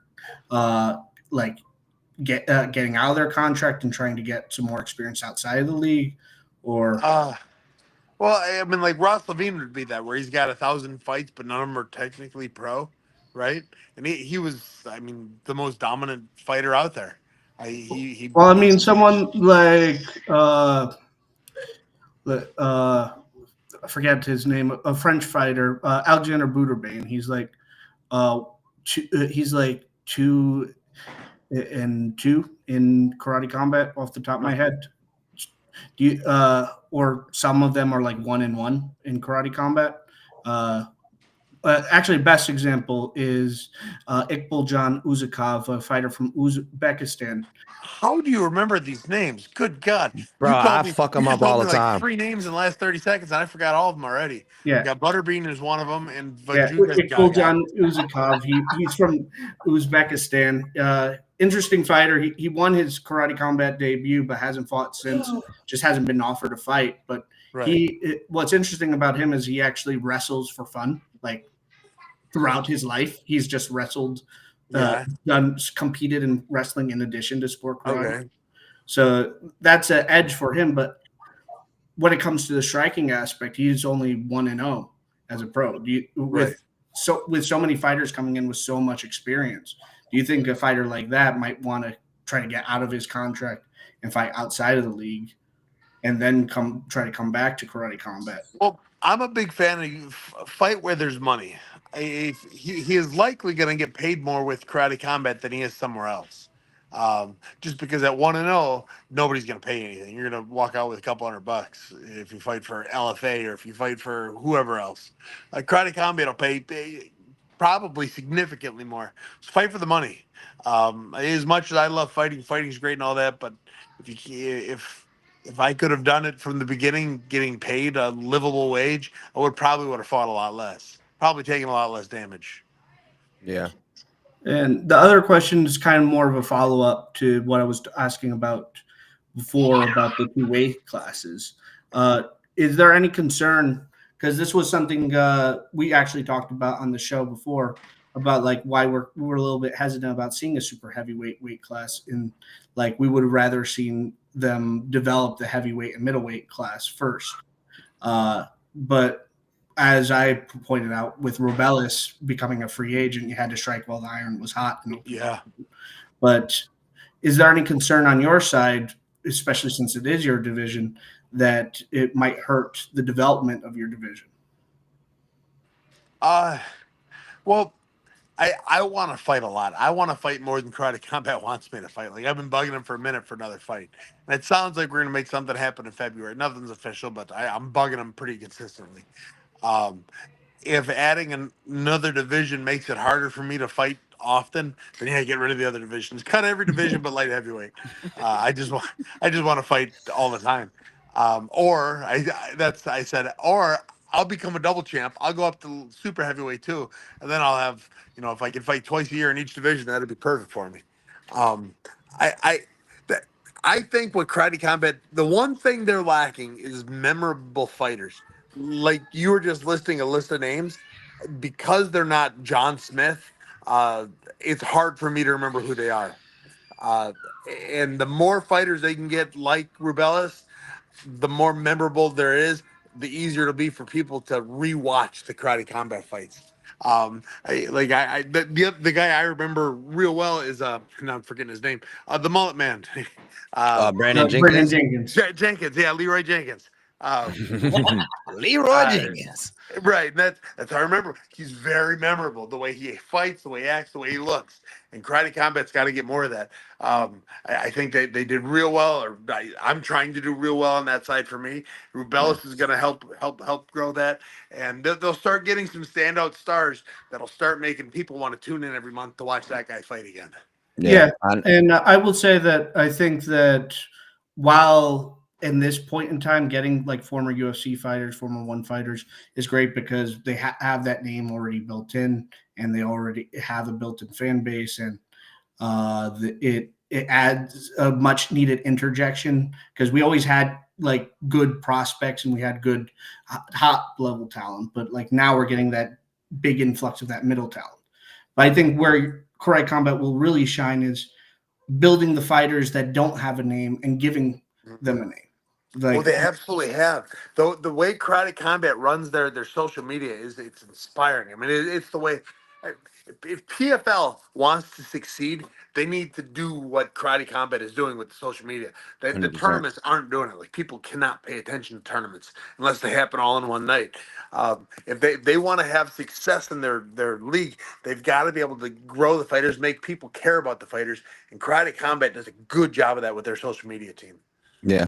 I was going to ask too, because we talked about this earlier. We were talking about this and fighters like complaining about not making enough money, right? But also majority of those fighters are the same ones who don't utilize social media, sponsors, marketing and stuff like that in order to make money on the back end. You're really good at this and you've been doing it for a while. And I always watch your content. You do content about everything. It might be about the farm. It might just be about life stuff. It might just be about a lesson you learn. It might be about fighting, right? But you do a really good job of doing content and not niching yourself, but also being able to reach like a lot of people that are in your community.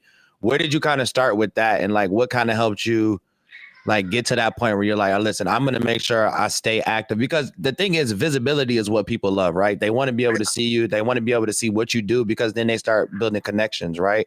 Where was the turning point for you to get to that point?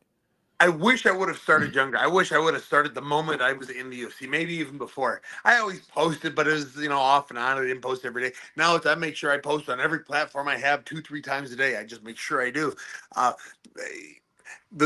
Especially once I left the UFC, I realized, I'm only good at getting punched and punching people. What a useless talent outside of the UFC. But I'm kind of up shit's creek. I've got it's like, oh man, I got to come up with something. Uh, Luckily, I kind of saw where the world was going, and I started my last 3-4 years in the UFC. I started really pushing the social media, and I got a decent following out of it. People like people want to like you or they want to hate you. Either way, it's both good for me. Yep. So I tell all the young athletes, I said, listen, be yourself, just louder. Let people see who you are. Don't hide it. And then every fighter, they ignore me and just go on and never post or do anything. But I'm going to preach it forever. Said, when you are done fighting, and your body can only take so much damage. Someday you will be done fighting, and your skill set is getting punched and punching people. Yeah, you can coach and that works well, but if you can create any sort of following, make people want to learn from you, hear from you, watch you do something, it will help set you up in whatever you do next. Whatever, direction your life takes you, a little bit of a following will go a long ways.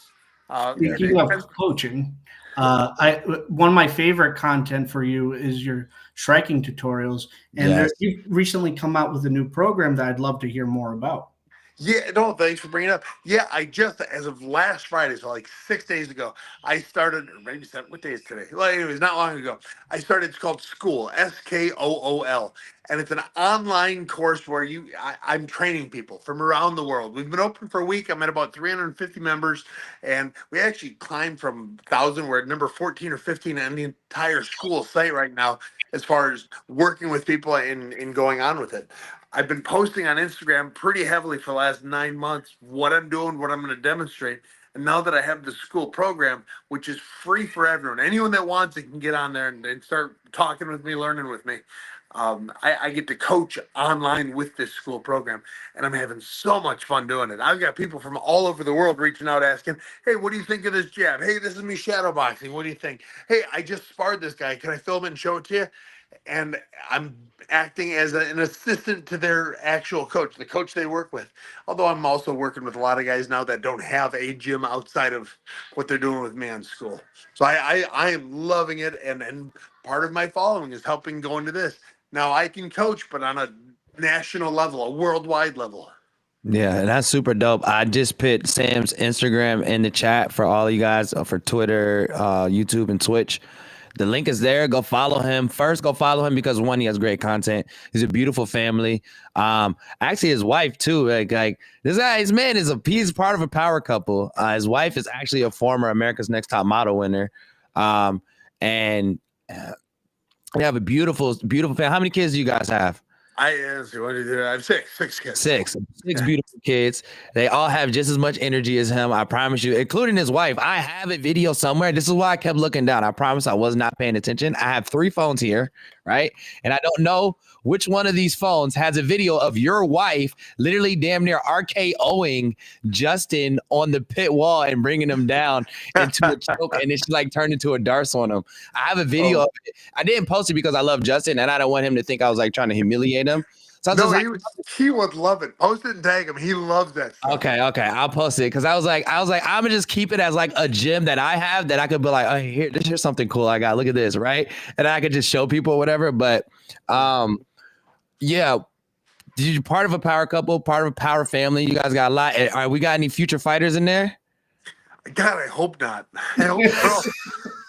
They're all girls. Smarter than me. But your wife can fight. She spars with you a lot, right? She might. She's currently so she's got 2 degrees as is. She's like a doctor scientist. But then we had a bunch of kids. She never needed it. So now she says, you know what? I don't want to finish my MD. I don't want to go to school for another 5 years. So she's becoming a midwife. She's about a year away from being a full-fledged midwife. That's what's up. Yeah. So it seems like it fits her. My wife loves her. My girl loves her. She used to watch her on when she noticed who your wife was. So my girl's a huge combat sports fan. So just know that your family is like royalty to her because she's a huge America's Next Top Model fan and a huge combat sports fan. So when she was like, I know his wife. I know her. And I was like, what? She was like, yeah. And then she pulled it up. Yep, I knew it. And I was like, oh, I didn't know that. I was like, that's cool. But yeah, that's super dope, man. I love to see it. You guys look amazing together. You guys are hilarious. You guys have a lot of fun. I remember you guys were sparring in Playa del Carmen. It was hilarious. Just kind of like playing around, sparring in the pit. Most of my career backstage, I sit and do nothing. I just kind of hang out and then I go and fight. I got old. And so now I like need a warm up. And I don't want to hit mitts all that much. I said, listen, I'm going to spar 5 rounds. That's what I'm going to do. My wife is rounds 1, 3, and 5. She brings her gear, her face mask, and we fight. Yeah. Before my Ross Levine fight, I was sick as a dog all day. I woke up just feeling like trash, and I was all just trying to nurse it, trying to feel better. And finally, I told my wife and my corner Chase, said, guys, I need to fight you. I need my adrenaline raging before the fight. So we Yeah. did 6 rounds backstage before I went out and fought Ross, and like hard. I think I broke my other boy's Chase's his nose backstage. I went out Jeez. there. I had a big old bruise on my leg leaving the warm up room. But we fight backstage, and just it gets me revved up. Well, I love that you fight backstage. You get yourself Chase is revved up. one that wants to fight in karate combat, right? Who? What's that? It- Yeah, Chase absolutely needs to. Yeah. He's hoping to as soon as we can get the contract. He will travel anywhere in the world, and I'll be there with him. Let's go. Italy Well, too, right? I'm gonna push that up to Leo. I'm gonna see what we can do. Oh, Let's see. tell him it's there. And Yeah. Chase is a black belt, and I believe 3 different arts. He is a traditional martial artist who's got 5 or I don't know. He's probably 7 MMA fights now, but he Yeah. is a traditional martial artist. He grew up. His dad's the sensei at the dojo, and Chase will be soon. That's lit, man. Well, Sam, listen, man, we appreciate all the time you gave us today. You're amazing. One, you're a role model. You're a perfect champion for karate combat. We love you. You make perfect sense for us. We love for you to stick around too. So thank you for saying you're not going anywhere. Losing Ross and TWV is tough for us. Those are 2 of some of our favorite fighters. Those are 2 really good fighters. And honestly, I wanted to see Owen Chumia, TWV too. I'm just biased here. I just wanted to see the match, whatever. But we appreciate you. Before we let you go, we always let our guests just to speak whatever piece they want. If they want to say something, call somebody out, talk about something. I know you talked about your course already. Anything you want to say, the closing remarks is all for you, brother. Yeah. Well, first, Luke Rockhold and Andrew Tate, I'll whoop both your asses. If any of you want to fight, you just sign the line, and I will whoop the stuffing out of both of you. Secondly, everyone else, follow me on school, SKOOL. It's Smile and Striking. I would love to work with you. It's a much more intimate setting than my Instagram and Twitter and all that. And it really is. I will focus on combat sports with you and how to strike a little bit better. I am the Karate King after all. Yes, sir. Well, this is the greatest karateka on planet Earth.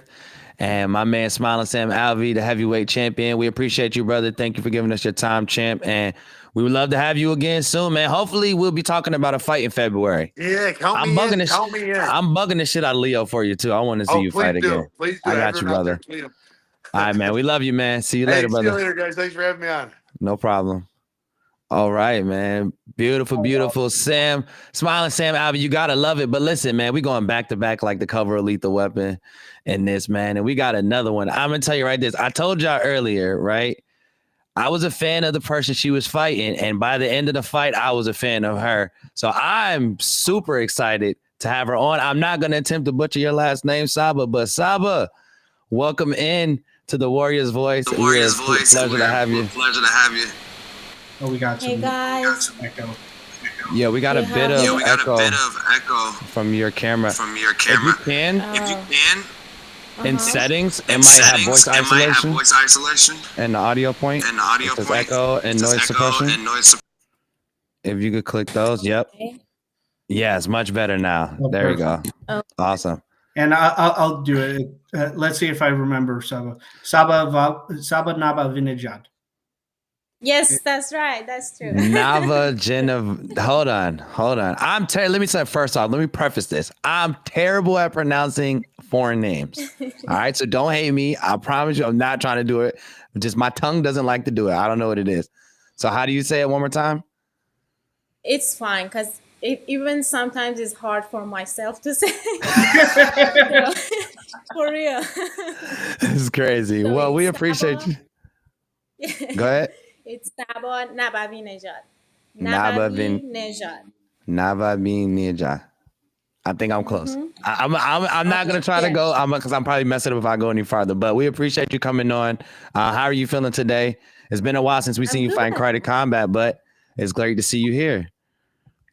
Yeah, I'm happy to be here. Thank you for inviting me. Yep. I have a fight in December 19. I'm interested. Yep. Oh, so you are fighting on the Miami card coming up. Yes. So do you know who your opponent is? Yes, Jay Joran. Wow, that's a good fight. I like that. So I don't know if you heard me on your intro. I was a big fan of Fabiola. I was not familiar with you. I should have been. I should have been familiar with you. And you know what's crazy? Leo Gomez told me about you, matchmaker Leo. He was like, nah, watch out for her. She's good. And I was like, all right, well, we'll see. We'll see. I don't know anything yet. And I went with Fabiola. By the end of the fight, you definitely made me a fan. Your striking is amazing. Your patience, the amount of just like IQ that you had in the ring. Is your first time being in the pit. You didn't look like it at all. I was like an immediate fan of you. And I was just like, yeah, I want to see her fight again. So I just want to tell you that first. I like to be very honest. At the end of the day, this is fights. We all like to see who we think is gonna win. But a lot of the times, this is what you guys are here for, is to prove, to show and prove. Like, listen, no, I'm the top dog here. I'm the good one. So commend you on that win, because it was a great performance against Fabiola too, who's a tough opponent. And then you got Jade next, which is another one. She had a pretty good win. Where's her last fight? Salt Lake, Yeah, I she think. fought, Yeah, Stephanie Egger. Is that her name? Stephanie Skinner or something like that. Yeah, which also I think she was a little bit sick during that fight, so that could account to a lot of the, like, what's the name. But I know you're excited to fight again. How are you feeling? Like, how's the camp going? I'm feeling really good. The camp, I had a long, intense camp. Everything was on a plan. I'm ready. Yeah, I feel like I'm really ready. So you Physically, still working mentally, with everything. James Vick? Yes, Yeah, we still which is work together. Yeah. yeah. And when did you guys start working together? When did you start working down at the gym with him? I think it was about 2 years and a half ago. Yeah, when I just moved to Texas, I met him and then we start working together. Yeah. Yeah. And did you move to Texas straight from Iran? No, I moved to Texas from Georgia, Kennesaw. George. Okay. Okay. So when Yeah. did you actually come to the US? I came to US about 8 years ago. Okay. Yeah, 8 years ago, and I start doing. I start Kyokushin again, or I should say World Oyama, which is the branch of the Kyokushin. I started there. I had few tournaments, and then I start doing MMA. You still Yep. train World Oyama now? Because I know you were like a yellow belt when you first made your karate combat debut. But do you still train it? And do you train it at all during fight camp, or is it some? If you do train, is it more something you do out of camp? Um, no, I do mostly MMA now, but I still do my katas and like I still keep the style I had, all the training we had, what we were doing there. I still keep doing them. Yeah. I saw that you also were working with James Vick's karate sensei and also former karate combat fighter Adrian Galvan. How was that experience? Yeah, I still work with them. I go to their gym. Um, I it's a more like a karate point, very explosive things. Yeah, I still go there sometimes, or whenever even I still do World Oyama whenever I go back to see my family there. Or if they have tournaments, they let me know. Last year I did the tournament in Japan. Um, yeah, it was last October. So I keep up with all this style. I try to have all of them. Yeah. How was Yeah. it working more of that like point karate coming from that like knockdown karate, kickboxing, more focused background?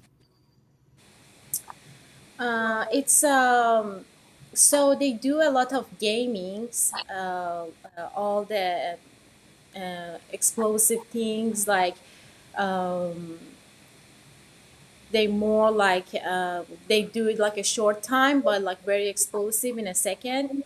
A lot of games. They do a lot of kicking, different kind like that. Yep. After you got your win, you had a huge push from your home country of Iran. How was it feeling seeing so many like pages dedicated for Iranian combat sports embracing you as one of their stars? Yeah, it was so nice because um, almost nobody knew me. Like nobody knew what I'm doing. From when I came from when I came to from Iran to here to America.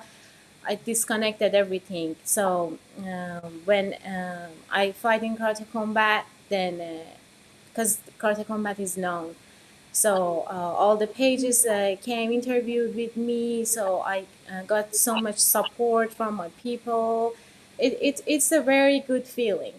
Yeah. I love that, and the fact that combat sports in that area, like the Middle East and the area over there, right, is becoming very heavy. Even in karate combat alone, like you said, right, you had a huge influx of people showing support. Shazib Ren is another one, Pakistan, right, had a huge support wave come through for him, and it's even more massive now that he's fighting for the belt. Um, and then you also have other ones like and women leading the charge too, because not only are like you from Iran leading the charge with women's MMA and combat sports, right? You got ones like that was supposed to be on the card, Asharoka, right? Another I Hmm. think Asharoka is from Yeah. India. Yep, India. And then you had the one that she was supposed to fight that fought on the card. That's from Pakistan as well, right?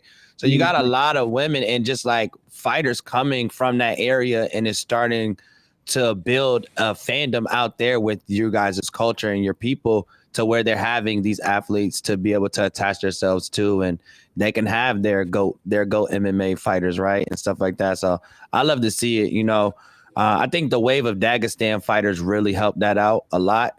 Just like being in that area, and then the UFC and all of these other organizations going to like Dubai and Saudi and all this, you're able to tap into those more local talents and see these people, because those fighters go to those fights, right? So I love to see it. How do you feel about the influx of like a lot of the Middle Eastern fighters? Do you feel like it's you guys' it's time? Like you guys are next up?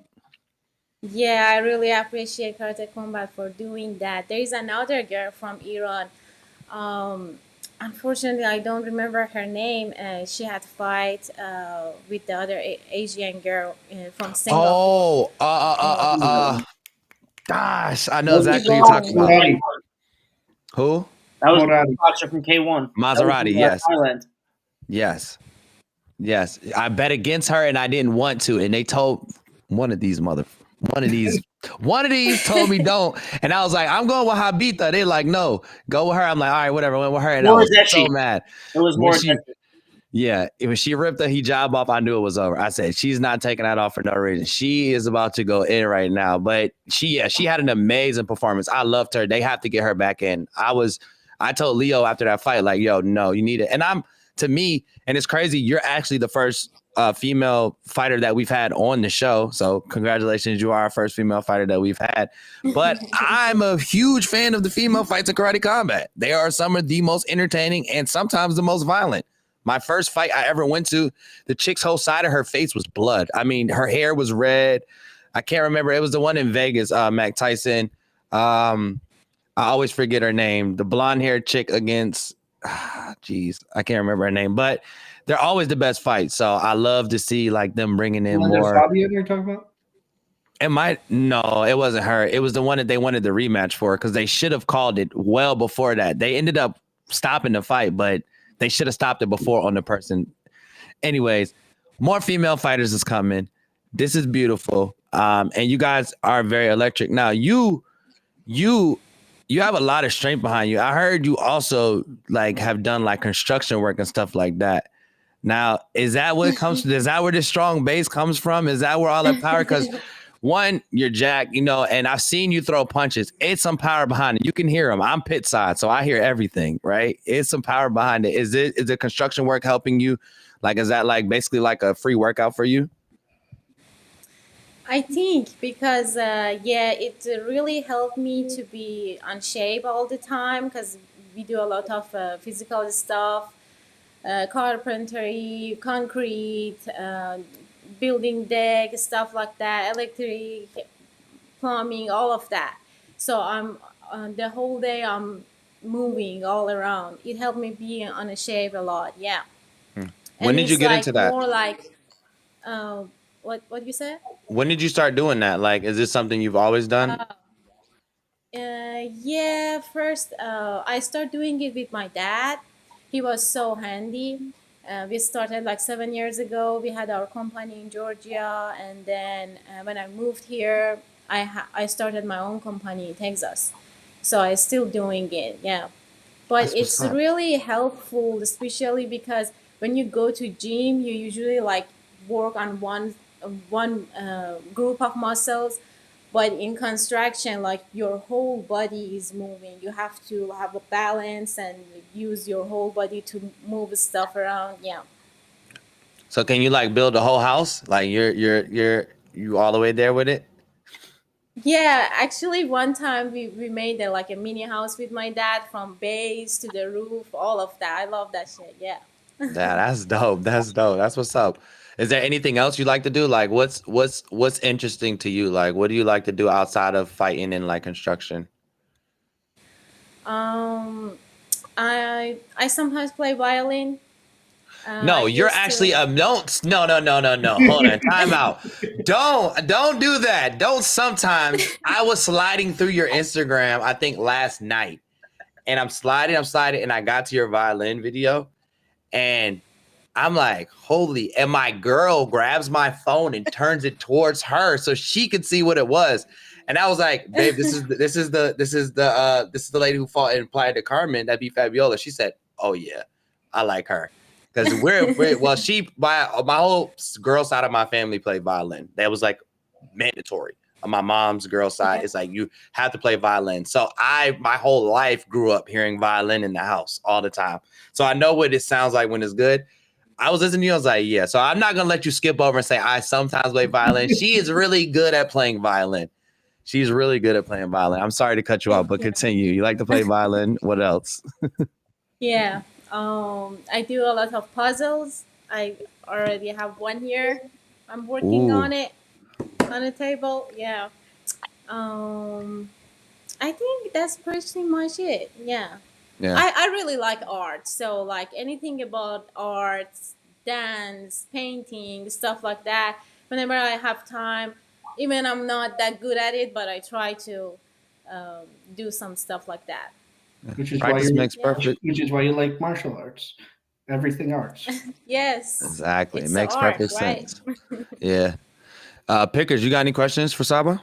Absolutely. I actually grew up in a pretty heavily Persian neighborhood, and I ate gourmet sabzi probably 3 times a week in school. So I'm curious, what are some of your favorite dishes from home? I definitely love orme sabzi. Best. I never made it. I have to learn how to make it. But whenever I go back home, my mom always make it for me. Have you ever had pheasant John? Don't think so. It's like a meatball, or some people make it with kitchen. I mean chicken. Sorry, I always say that word wrong. It's with the pomegranate sauce. That sounds cool. It's really good. Is it like a It's really dumpling? good. Is it like a dumpling No. kinda? It's not? Okay. Uh, Now I ate with these really rich guys in Dubai, I think it was. They own like this game, but they were like giving me it was like Russian, I guess. Like, but it's in that same area. And it's like a beef like dumpling, but it had a sauce or something. It was crazy. I don't know what I had to find out what it was. But I thought that's what you were Mexican talking about. people has something so similar to that. It's like with they make it with chocolate though. It's Oh, kind of sweet. mole sauce, I think it's called. It's Isn't that what it kind of like is? that. Yeah. Yeah, a little Oh, bit. okay. Yeah. Yeah, I'll have to try Okay. that. Yeah. I'm gonna Yeah. try it too. Maybe when we're in Miami, we'll find a There you spot. go. We'll find it. If you can find a spot in Miami that has it, we'll go try it out. No, we don't need a Yeah, well, spot. I have a lot of Persian friends. Like I said, I oh grew up yeah, in the we'll just neighborhood. fly it down. You can fly with food, so we'll be good. We'll be good. We'll be okay. All right, no, Yeah. that's awesome. And I know that you have a background in Kyokushin, like Mac was saying, and you trained in a lot of different martial arts and karates, and you're training MMA now. What was different from back when you were training solely Kyokushin to now that you're training under James Vick, who obviously I'm sure he's teaching you a multitude of different things in different combats.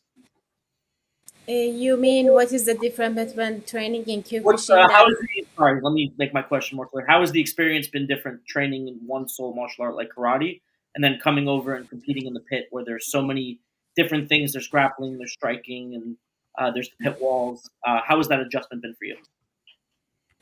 Well, the most different thing for me is um, I always been doing tournaments versus fight.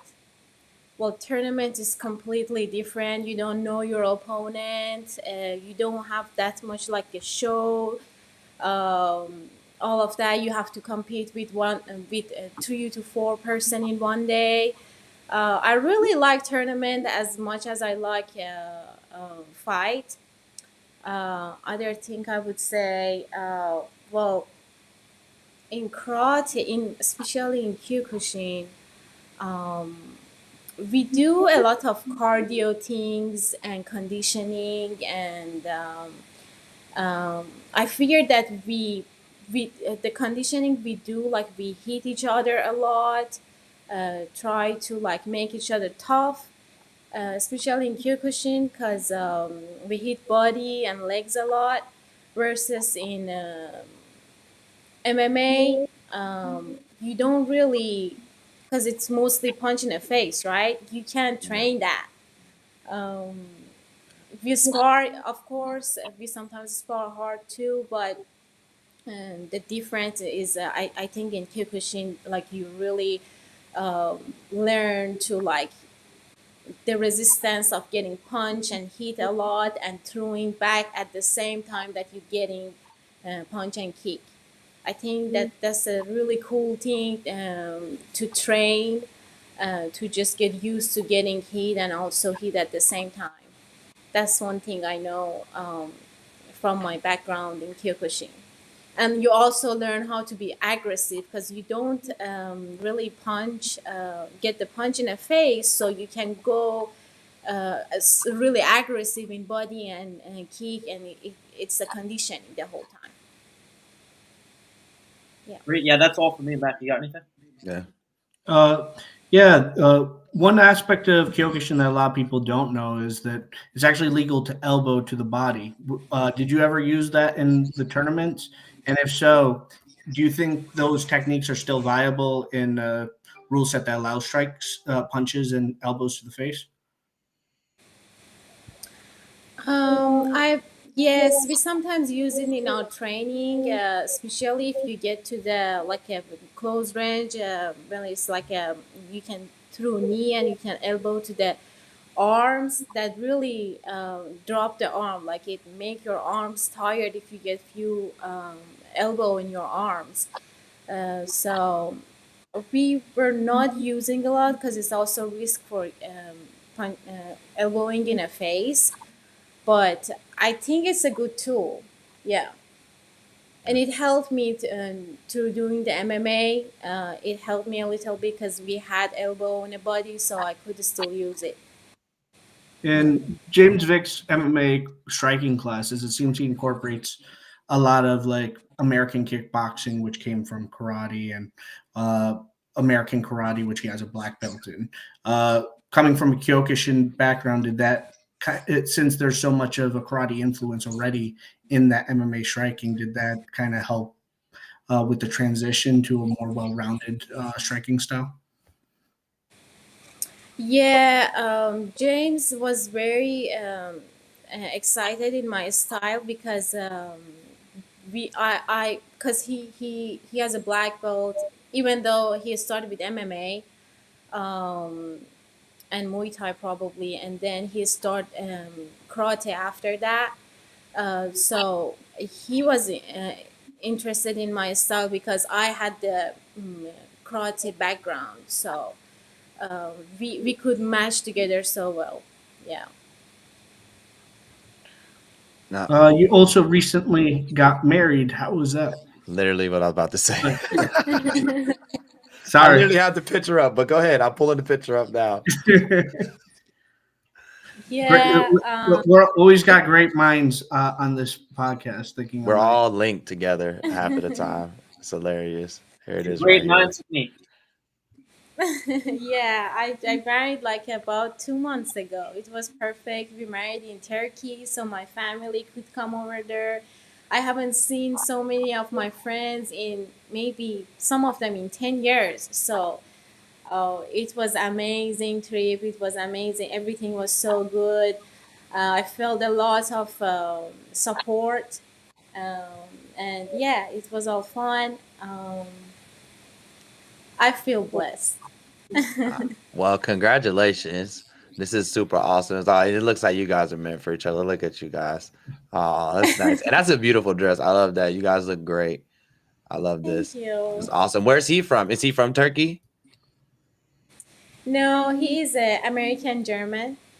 Ah, okay. Oh, so you guys are gonna Yeah. have your kid's gonna have a nice culture, beautiful culture. Awesome, man. That's Thank you. beautiful. Well, like, this would be your first fight as a married couple now. That's insane. Yeah. So Feeling will he be in your feeling corner? stronger. Yeah, there What you did you go. say? And you had a nice reset going back home, being able to, well, not back home, but close to home and be able to see your family and friends. Like, that's a good reset. And I feel like with fighters a lot too, you guys go through a lot of different stuff. I mean, with you training all the time and running your own construction business and being married, which also is something it's a responsibility because you have a responsibility of being the other half to somebody else, right? And being there for them and stuff like that. Do you find a hard time like managing everything, or are you pretty good at like time management and like what you have to do? No, I think we have a very good understanding of our situation in our life, and we really support each other. As I said, I think this camp was really good. Everything was on a plan. I got a lot of support. So, yeah, I think I'm in a good spot. Yeah. That's beautiful. I love to see it. I remember you talking about well, they both been talking about Kyokushin earlier, and I know they do the 100 man, right? And or woman, whichever one you want to say, right? Do you think that that like helped out with a lot of your toughness? Because you're tough as nails. Like Well, I seen. Go very ahead. few people, very few people do the 100 man kumite. Yeah, but I mean, I'm just saying the aggressiveness of the style is like, you know what I mean? That's part of Oh, it, oh, right? you're talking about like the reputation. Yeah, exactly. More of the reputation than people actually doing it. Because I mean, the people who do that, you're great. You're Boss amazing. Rutan wanted to do it. Boss Rutan is crazy. Boss Rutan is also somebody who would willingly headbutt people. Like I love Boss, but Boss is the most nicest, insane person I know. 100%. 100%. Is the nicest, most insane person I know. Yeah, straight. It's like I've never been so happy and terrified to talk to somebody at the same time than talking to Boss Rutan, bro. But yeah, man. Is there anything else in your life that's going on? You just got married. That's huge. Is there anything else or like stuff about like Saba like that you want the fans to know? Because a lot of times too, like we made this, well, not say a lot of times, but one of the reasons we made this show is to help you guys get out to the fans more, right? I do a lot of content around karate combat. So does Mac. MMA Pickers is one of the commentators. I do a little bit of commentation myself. So we try to pitch you guys out there. What's something like, I know you talked about all of your violin stuff. Like what's something, maybe something weird that, you like anime? We've seen a common theme of majority of the fighters we have come on, they like anime or something like that. Is there something else that you think is? Um, what was the name of the anime we watched? It was all about the martial art. It was called um, Baki? Bucky. Love Yes, that show. Yes. Amazing. Great Bakiyama. one. Yeah, Yes, Baki is yeah. I really good. love I like that one. That Baki. one. Yeah, that one is really cool. Yeah, I watched some animes, not too much, but like yeah. What about video I games? Do you watched. like video games? No, Not really. no, I don't. Not a gamer. No, really. What about your husband? Is he a gamer? Does he like video games? He likes. Yeah, he Yeah. play video games. Hitman. He play Hitman. The other team. I don't know their name, but I know he Yeah. played the Hitman. Yeah, Yeah. I know that Well, one. I'm telling you this: if he's playing, only thing he's playing is Hitman. Don't break into their house. I'm telling you right now, it might not work out for you. It might not work out at all for you. Well, listen, Saba, we appreciate your time. This last segment of our interviews, we like to give you the floor to say whatever you want. If you want to speak on what anything, it could be something new you're doing. It could just be you speaking to the fans, family, whatever you want. These last seconds or minute, whatever you want, is all for you to just say whatever you want. First of all, thank you for inviting me. I'm so happy to be here, and thank you for Karate Combat for giving us the opportunity. And I'm gonna fight in December 19. It's gonna be a good fight. Watch it, and then we probably go for the belt after that. So, Yeah. yep, I know. stay tuned. All right. Before you leave, prediction. What's your prediction? What do you think is going to happen in the fight? How do you think the fight goes? Or do you not have one yet? You can make us wait. We're cool with that too. If you want to make us wait to see, that's fine too. Um, I'm sure it's an interesting fight. It's gonna be an interesting fight. I'm excited, and I go with my heart. I don't think about it. Thinking is about when you don't know. When you know, you don't think about it. So yeah, I'm pretty positive about it. Yeah. All right, I like that answer. That's a good answer. When you know, you ain't gotta think about it. I know what Yes. I'm gonna do. So Mm-hmm. respect it. You got a good opponent. Jay Duran is no slouch. She's great. She works with Go Shed management as well. So somebody that's been around, and I would love to see it. Like I said, I want to see these women divisions get built out. I'm glad you're one of the ones leading the charge. Keep doing what you're doing. Enjoy your beautiful marriage that you've just created and everything else that you got going on in Texas. Tell Mr. Vic I said what up whenever you see him in training, and would love to have you back again soon. Shout out Mac for getting you on. I cannot take credit for this one. It was the great Mac Tyson who did this. But we'll By the way, King, I did send you something just because I remember that like 4 months ago, Saba actually agreed to something, and it was a great example of how she's not afraid of nothing. let me see. Mac send me a photo. Oh, oh well, I guess we could show this really quick before she gets out of here. Let's see if I could even find it. Oh, here it is. Oh. So it says, Saba, will you fight her in Kyokushin match even if she's bigger, no weight class? He said, I would. That happens in Kyrgyzstan a lot anyway. There we go. So Saba's not afraid to fight, man. So if you're looking for somebody to picture Yeah. karate talking on, listen, I'm torn on this one. I really like Jade too. I like, it's a lot of my fighters that I like that are fighting each other, but it's gonna be really hard for me to not put my vote on you. I'm not gonna lie. After the last way you tore my money up, I don't think I can bet against you ever again. So And the like winner I say, potentially gets the title shot because yeah, Saba's ranked number 2, Jade is ranked number 3. let's go. Well, Saba, this is your chance to put your stamp on this division and do your thing. And to be honest, they need an active champ. They need somebody fighting, and they need more people in there. So you guys leading the charge. We appreciate you. Hopefully, we'll have you back on soon, and we'll be talking about you going up for your belt. Yeah. Thank you. Thank you, No guys. problem. Well, you enjoy the rest of your day. Thank you. Bye. Oh shoot, I cut her early. Oh my God, terrible host. Oh, I'm so sorry, Saba. She's so sweet too. She is amazing. Oh my gosh. But then she just She made me switches. even more of a fan. Jeez. Like she comes off very sweet and shy, but then when she goes into the stare offs, completely Or in the pit. Or Yeah. in the pit. She's It's just just it's like oh man. It's a whole switch. it's a different switch, you know? But speaking of switches, it's like it's Owen. time that we switch over to my man. You know what time it is, baby. Can I get a drum roll? I gotta actually get a sound effect for a drum roll for my man, but you already know what time it is. If you stick around to the end, you know what it is. This is how you make your money, because my man MMA Pickers has some of the best picks in the world. So here we go now. It's MMA Pickers' turn to do his picks of the week, baby. The stage is yours, my guy. All right, we got a nice, scary card with a lot of razor-thin matches. But regardless of that, I think we can find some value here. Got a nice UFC card, pay-per-view coming up this weekend, obviously. There's 14 fights. So I'm just going to go through a couple of different bets I like. I'm going to go through a couple of different method bets, a couple of different parlay boosters, and then a couple of underdogs who I found good value in. So just to go through a couple of good parlay boosters, I think candidate Nichikwu, even though he's coming in on short notice, he should be good to go for a win.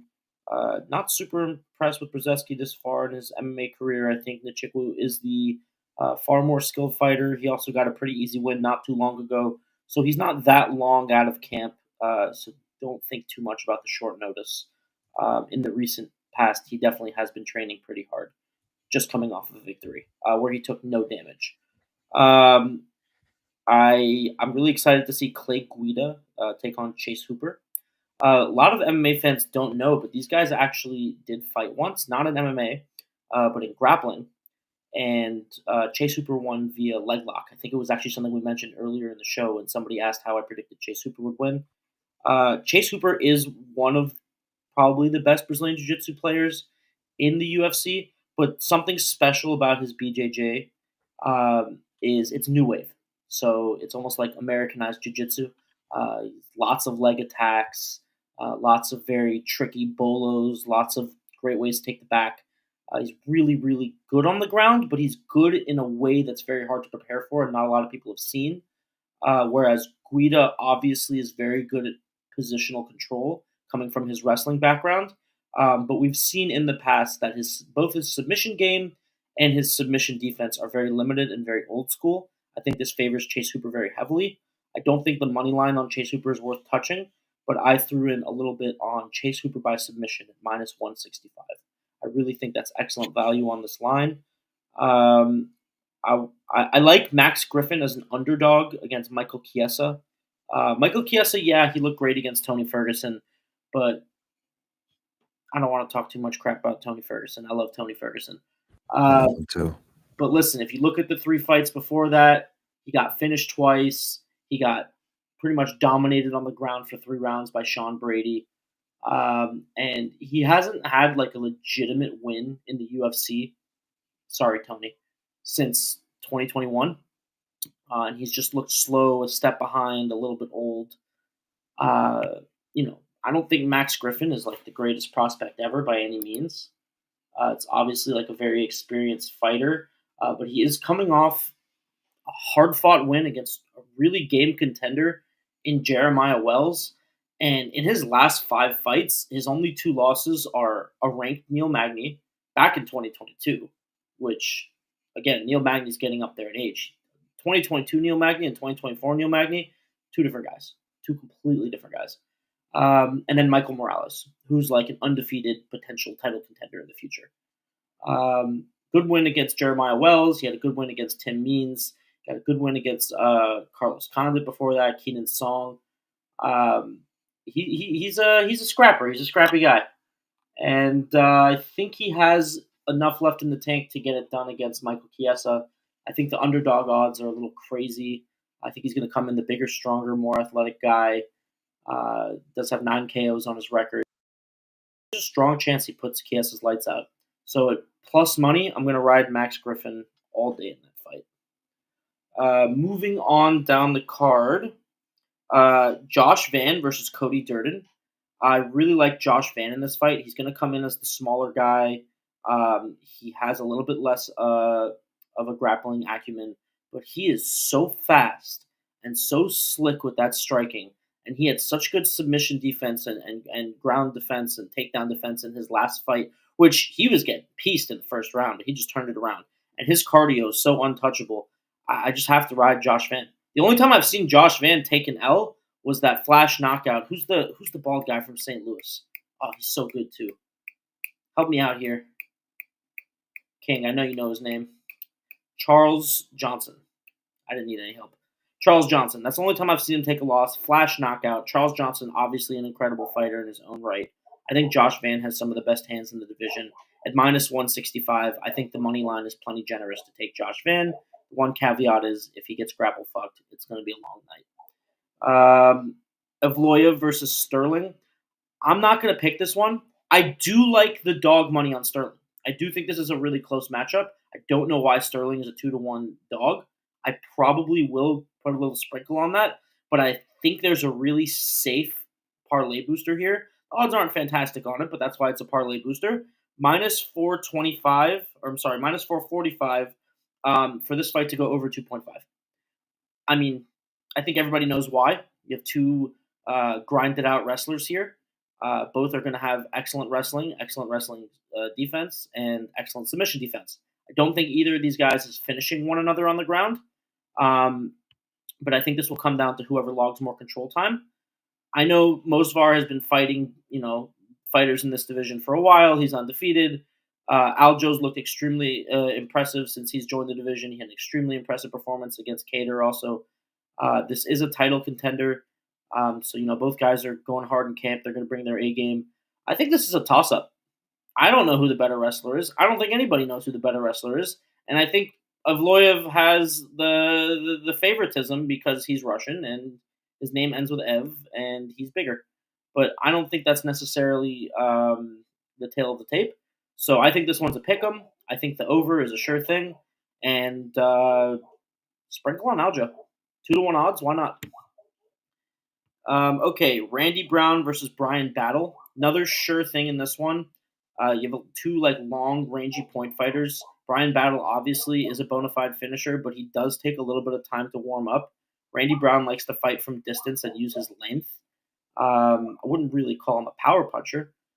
So I have this fight starting round 2 at -400, another parlay booster. Randy Brown's like a 2-1 dog. He started off as a 3-1 dog for some reason. I grabbed him at 3-1 dog money. I think Brian Battle's great. And I lost betting against Brian Battle. Kevin Giussette. I bet on Kevin Giussette. I thought he was going to get it done on the ground. I was completely wrong. So, new respect for Brian Battle. He can definitely get it done against Randy Brown. If you would have asked me 2 fights ago, I would have said Randy Brown takes his head off. But 2-1 dog money on Randy Brown, that's a great bet. So for the sure parlay booster, I'm taking the just over 1 round. Simple, easy bet, 5 minutes. And for the fun money, a little sprinkle on Randy Brown. Next fight, we have Vicente Luque versus Themba Garimba, and we talked about this fight a little bit, in the beginning of the show. I'm gonna go with Themba. I actually think Vicente is the more skilled fighter, but this goes into something Mac also touched on during the show: the level of athleticism. I think Themba is one of the most athletic guys we've seen come into the UFC in a long time. He's built out of granite, has a gas tank for days. He's shown greatly improved wrestling. He's working with really, really good team at American Top Team. He's improving vastly. On the flip side, although I do think Vicente has a lot more experience and probably has more skills both on the feet and the ground, just from a technical level, the lack of athleticism compared to Themba, and I emphasize compared to Themba, Vicente is definitely an athletic guy, and just we've seen his chin deteriorating in recent times. I don't have a ton of faith in Vicente. I think -160 is a great price on Themba here. I think that's really good value, so I'm going to rock with Themba. I can't really pick a method on this one. I could see it being either a knockout or points, but just I think -160 is plenty generous on the money line on Themba, so I'm just going to rock with that. There's a reason they had this guy slated to fight Nick Diaz. Nick Diaz in his heyday, of course, an absolute monster, but going from Nick Diaz to Themba, that's a much more dangerous opponent in my mind. All right. Next one up, and I'm going to give you what I think is a very valuable underdog here, and then I'm also going to give you a nice parlay booster for this fight as well. You already know. You already know, King. That's right. We're talking about Dominique Reyes versus Anthony Smith, Lionheart. Dominique Reyes is can you pull up the odds? I think he's what is he, a -350 or something last I checked? Let me double check on DraftKings. Which is crazy is it doesn't have odds up here for them. So I'm on DraftKings, -375 to Anthony Smith at +295. Guys, who the hell knows how this fight's going to go? I have no clue. You have no clue. One guy's a little better on the feet. One guy's a little better on the ground. Both guys are way over the hill, falling out of the rankings. I have no clue how this fight's going to go. This should be a 50-50 fight. This is two guys who were both once close to being the best in the world and are now over the hill. They both have the skills to get this done. They also both have the chins to go night-night in 2 seconds. I think this should be a pick'em. If it's a pick'em, I'm going with the +295. I'm rocking with Anthony Smith. I mean, that should be a no-brainer. Granted, this one's a risky one because both of these guys have no chins, but I'm also going to say the over 1 round at -300 is a really good price on a parlay booster. I don't think there's going to be a first-round knockout here. These are two older, more skilled, more technical guys. I think there's going to be a slow start to this fight. That being said, if somebody gets hit hard, I don't think either of these guys have a chin left to speak of. So the official pick, Anthony Smith, basically 3-1 odds. Not by any means predicting an Anthony Smith win, just pointing out that's excellent betting value on this fight. And I think there's a strong chance the over 1 round hits. So I like both of those bets on these fights. This is a little bit of a favoritism pick. King, you could yell at me next week if I'm wrong. Yeah. Wow, you're good, dude. You're reading my mind. I'm going to go with Nate the Train to beat Choi. I think Choi does have an advantage on the feet, but I think the most easy path to victory here is Nate Landwehr's ground advantage over Choi. I also think Nate's a bit more athletic and a bit more crazy. I think the Nate crazy, it works for him. He's a nutcase. He doesn't care. He'll just go. He's going in there to die. I love Nate Landwehr. As you can see, this is a slightly biased pick. Nate's a minus 130. This fight's a pick 'em as it should be. I just like his skill set a little better. All respect in the world to Choi. Choi's a beast, and he could totally win this fight. But I'm rocking with Nate at minus 130. I think that's a good price on him. All right, we're going to go over the main card now. The fight that shouldn't be on the main card but is on the main card, we're going to do first. So I know you know who that is. There it is. Bryce Mitchell versus Kron Gracie. And I have a prediction, and this is probably the way I'm going to bet. But before I even get into the prediction, I do have a long shot here that I really, really like. It's probably not going to hit. Let's be real here. But it could. 12-1. Kron Gracie by submission. 11-1. Kron Gracie by decision. And for Kron Gracie to win by submission or decision, 6-1. And here's why I like it. Bryce Mitchell's fantastic. Bryce Mitchell is one of the more dominant featherweights we've ever seen on the ground. He has skills for days. He's got that farm boy strength. He's great on the mic. We all love Bryce Mitchell. And all of these are contributing to the fact that he's a 10-1 favorite here. He is coming off 2 brutal knockouts. The last one was so brutal. He had a seizure on the floor and got carried off on a stretcher, foaming from the mouth. They had to take the camera off of him. But if you go watch the clips of the people filming from cage side, he was foaming from the mouth, all of his limbs shaking. This dude got knocked out bad.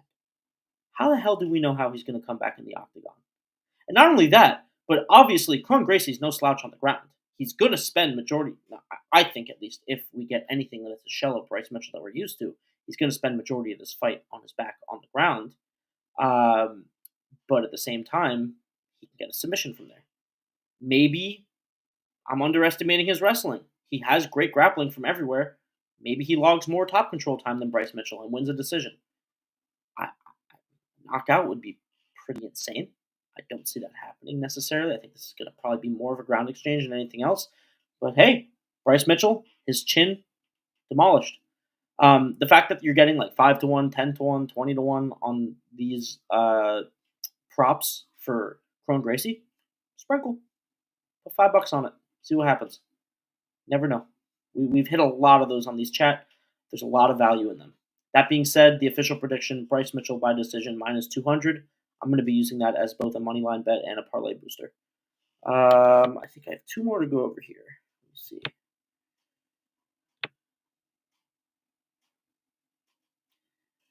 Okay. All right. I'm gonna go over the last 3 fights on the card. First, let's talk about Cyril Gane. I'm actually just gonna take him money line as a parlay booster. I think he'll probably win by decision. If anyone's interested in being a bit more risky than that, the odds on him by decision are minus 150. But you know he does have the power to get a knockout. He has been working his ground game a lot since the John Jones fight, so there are a couple of elements that are unpredictable. I'm okay with just using him as a parlay piece. I think a lot of people are very high on Volkov right now because he's on a win streak. And I think a lot of people also, for some reason, don't seem to remember that this is a rematch. But if there's anything that Volkov really eats off of in his UFC career, it's the fact that he's a long-rangey kickboxer who's technical. And there's not a lot of long-rangey kickboxers who are technical in the heavyweight division of the UFC. So he's able to use his, like guys like Sergey Pavlovich, he's able to use technique and footwork to outpoint those guys. You're not outpointing Cyril Gane in a kickboxing match. You're just not. Nobody in the UFC is outpointing Cyril Gane in a kickboxing match. Nobody in the heavyweight division. Not one single fighter is a better point fighter in that entire division than Cyril Gane. If Volkov is going to do what Volkov's best at, he's going to lose at that game. I don't see Volkov trying to take the fight to the ground. If anyone's going to, maybe Cyril, but I don't, because he does have wins by submission on his record. But I just don't see either of these guys going to the ground. They're both specialists on the feet. I'm just going to pick the better striker to win outright. I'm just going to take Cyril. It seems like Vegas agrees with me. He's a 4-1 now. Holy cow! I got him at I think 350 or 370.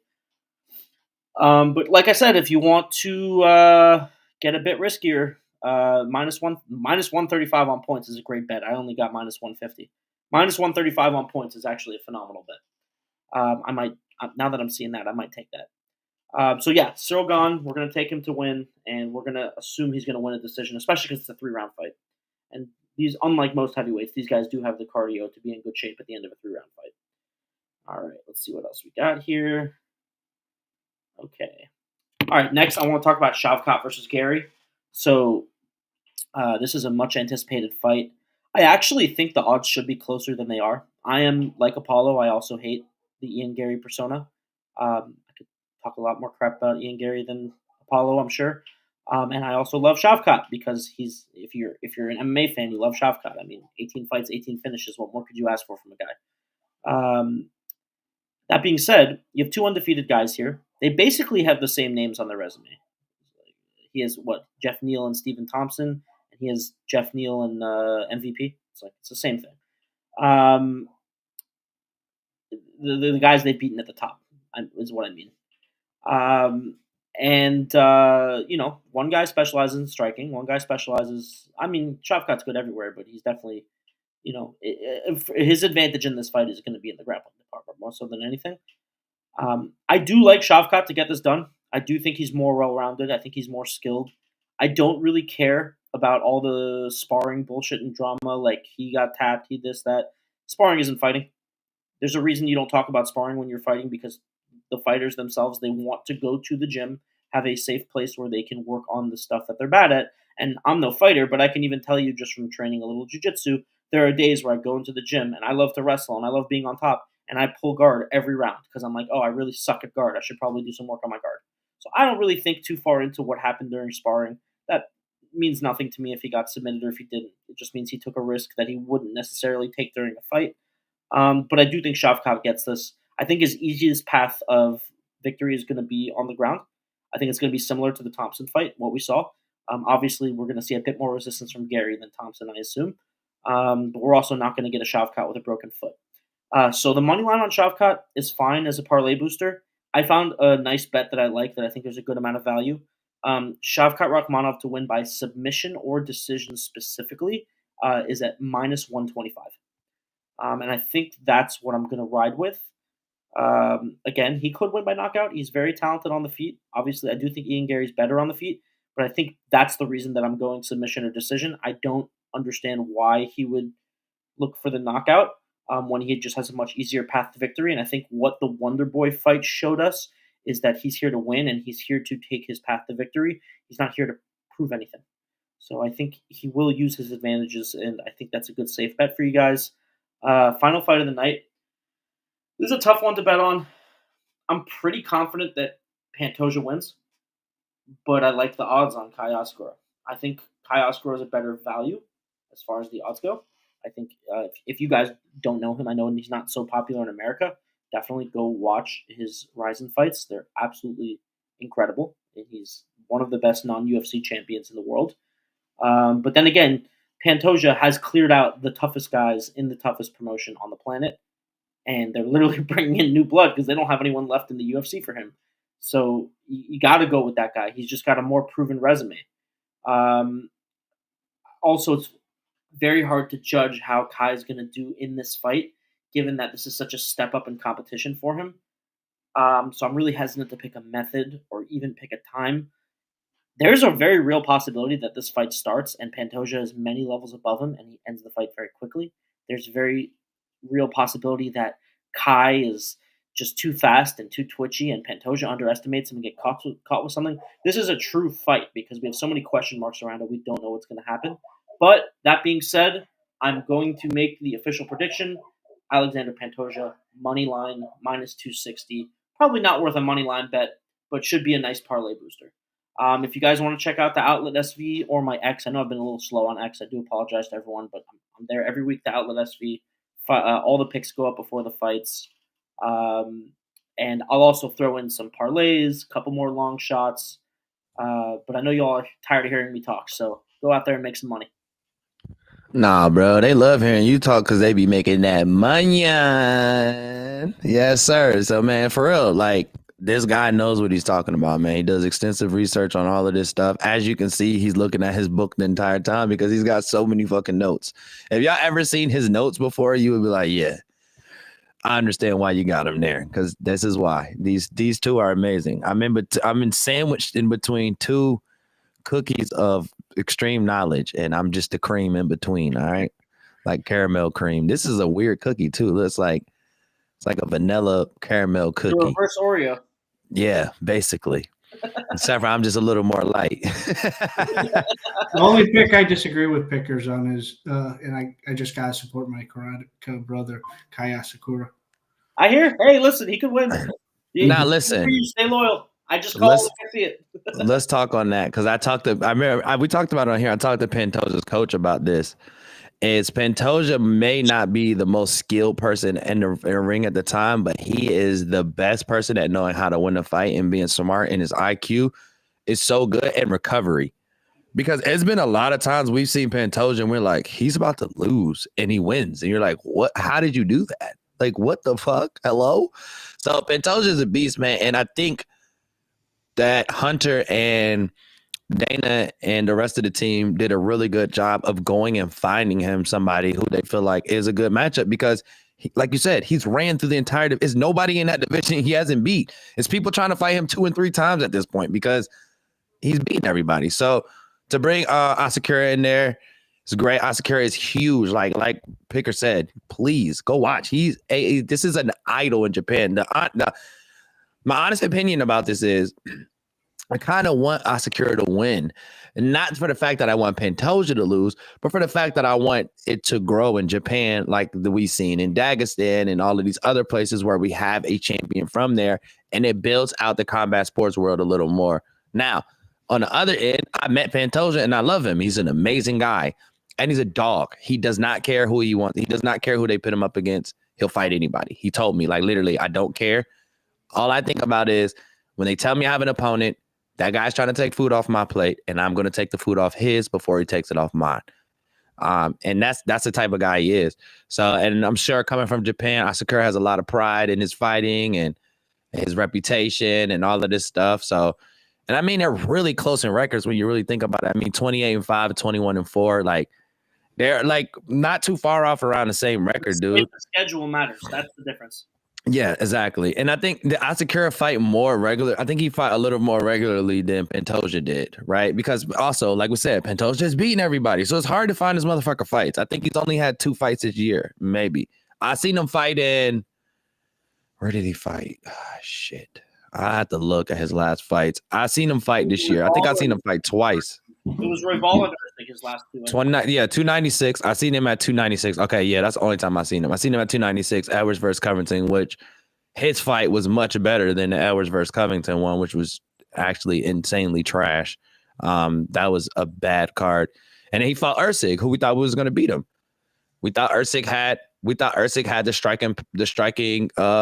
significant striking and the precision and the boxing background to be able to take Pantoja, but Pantoja also showed like, hey, bro, I got wrestling too. Like you're gonna need more than hands to stop me. So I'm super interested in this. I honestly, I think we should do a watch party, man. If y'all want to, I'd be down to do a watch party on Saturday. Maybe we'll just do the main card. I mean, honestly, we'll figure it out. I need to start a text group between us, so it's not like Twitter. I just need to make a group message between us 3. But yeah, I'll say we get on and watch it, man. I think it's gonna be a good card. I'm just nothing against Ian. I know everybody in the Karate Combat family loves Ian Gary and his wife. I don't have a real problem with him. I just don't like his fight persona. It's like wrestlers, right? I might like a motherfucker outside, but this persona in it, I'm just not it. I'm pretty sure Ian's an amazing guy. Josh Palmer. He's a great guy. Like the only thing I hate about people that hate Like if you hate his persona, fine. If you hate some of the trash talk he's done, Yeah, that's it. that's fine. What I hate are the fans that are creating lies about him and his family. Yeah, I mean, and that's rough. Him and Sean O'Malley kind of went through the same thing, but that's what happens when you're a little too open about your personal life. And that's another reason why you never see me post my girl, my kid, nothing. Because at the end of the day, you have to realize, like, once you drag them into it, it's kind of hard to get them out of it. And the fact that she was working with Karate Combat and she's also somebody who's out there and doing stuff in the combat sports world, it's rough, right? So, like I said, when it comes to his personal life, mind your fucking business. It don't matter what he do No, with his but wife. it's just the fact that, like, It's his wife. I would have that feeling if it was true, but it's just the fact that this story spread with zero fact checking. Yeah. Yeah, and I believe it. And we talked about it earlier, how people are still trolling him about it. And it's weird. Like, if you're doing it for that, then you're weird. But at the end of the day, like I said, I have nothing against Ian. I feel like Ian's a great fighter. And also, one of the reasons I don't like him is because he beats all the people I like. It's because he's so good. It's not a bad reason for me not to like you. You're that good that I don't like you. Like, that's a great reason. Part of the Shavkat squad. Yeah, I'm on Shavkat. No, I'm going to tell you why I like Shavkat Ramanov. Listen, oh, yeah. That's the one I don't like. I do this, by the way. Fuck him. We're never bringing him on the show. Y'all can bring him. I'm not showing up that day. You're hosting. Fuck that. I'm not getting on. Wait, who? Drickus Duplessis. Fucking hate that guy. Nah, I don't really hate him. What do you hate? Like, wait, what? I don't know the background for this. Well, it was because he came out. He was like, I'm the only true African champion because I trained here and I was here. It's like, bro, you live in South Africa. It's the most technology advanced place in Africa. The people you're talking about were living, okay, minus Izzy. We know Izzy had money.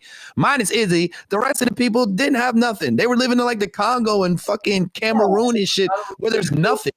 There's no MMA gyms. There's no nothing. So they have to leave in order to go do that. You lived in South Africa where you had an MMA gym where you could train with people. Mind you, they might not have been championship training coaches and stuff like that. You got lucky that you were able to do it without a champion coach, without somebody who's already done it before. But it doesn't mean they would have had the same results if they stayed in Cameroon, if they stayed in Nigeria, if they stayed in Ghana, or any of the champions that were from Africa stayed in Africa. It's not to say that they'll have the same thing. So when he said that, I felt like it was a kind of a disregard to their actual situation more than the pride of their hometown, their home country. I understand why people got upset with it, but yeah, I think what he was trying to say was that, like, it means a lot more that he became champion while staying in their country, because it shows to the people within South Africa that you don't have to leave your country to become champion. It's the same with, like, there were a lot of Mexican American champions in UFC, but it meant a lot more when there was a fighter from Mexico that trains in Mexico that became champion. And they made the PI out there as well, which is another pipeline for them to do that. It just became a trash talk line that sold the fight. Yeah, but also too, no, he said it well before the fight was even, like, he said this after he won. It was not even a build up for a fight. He was just like, I'm the only true African champion. I'm like, whoa. I'm saying, like, Izzy and all of them were like using it to help build. Oh yeah. But Izzy said something before they were even going to fight. Like, this happened before, and then Izzy said something, and then they set the fight up, which made it perfect because it's like, all right, well, now we get the, that's how you make fights. Yeah, you get the build up. Doing that.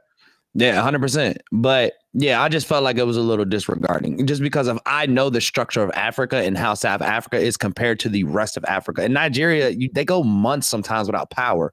So how do you expect, somebody to train or to have ample amount of stuff and resources they need? To me, and I feel like also I agree with you on staying somewhere and doing that does show the people that, but also showing people that you don't have to be prideful enough. You don't have to be so prideful that you can't put yours to the side to make a bigger picture. Because think about it like this, right? Say Francis Ngannou was like prideful and he's like, no, I'm just going to stay in Cameroon and I'm going to do it from here, right? And he never worked out. All of those kids from Cameroon that could have been inspired by him would never be inspired. It doesn't matter where he's at. It's where he came from, right? So if he's from Cameroon, but he's training in Las Vegas at Extreme Couture, it doesn't matter. Those kids from Cameroon are going to say he's a Cameroonian. He's somebody who's from our area, right? And that helps them if they're looking to make that push towards MMA, if they're looking for somebody to cling on to as motivation, as their rock is somebody to move forward to.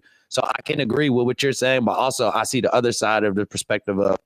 Oh yeah, no, it's definitely it just shows that it's not there yet, and that's why I have a huge respect for Kamaru Usman.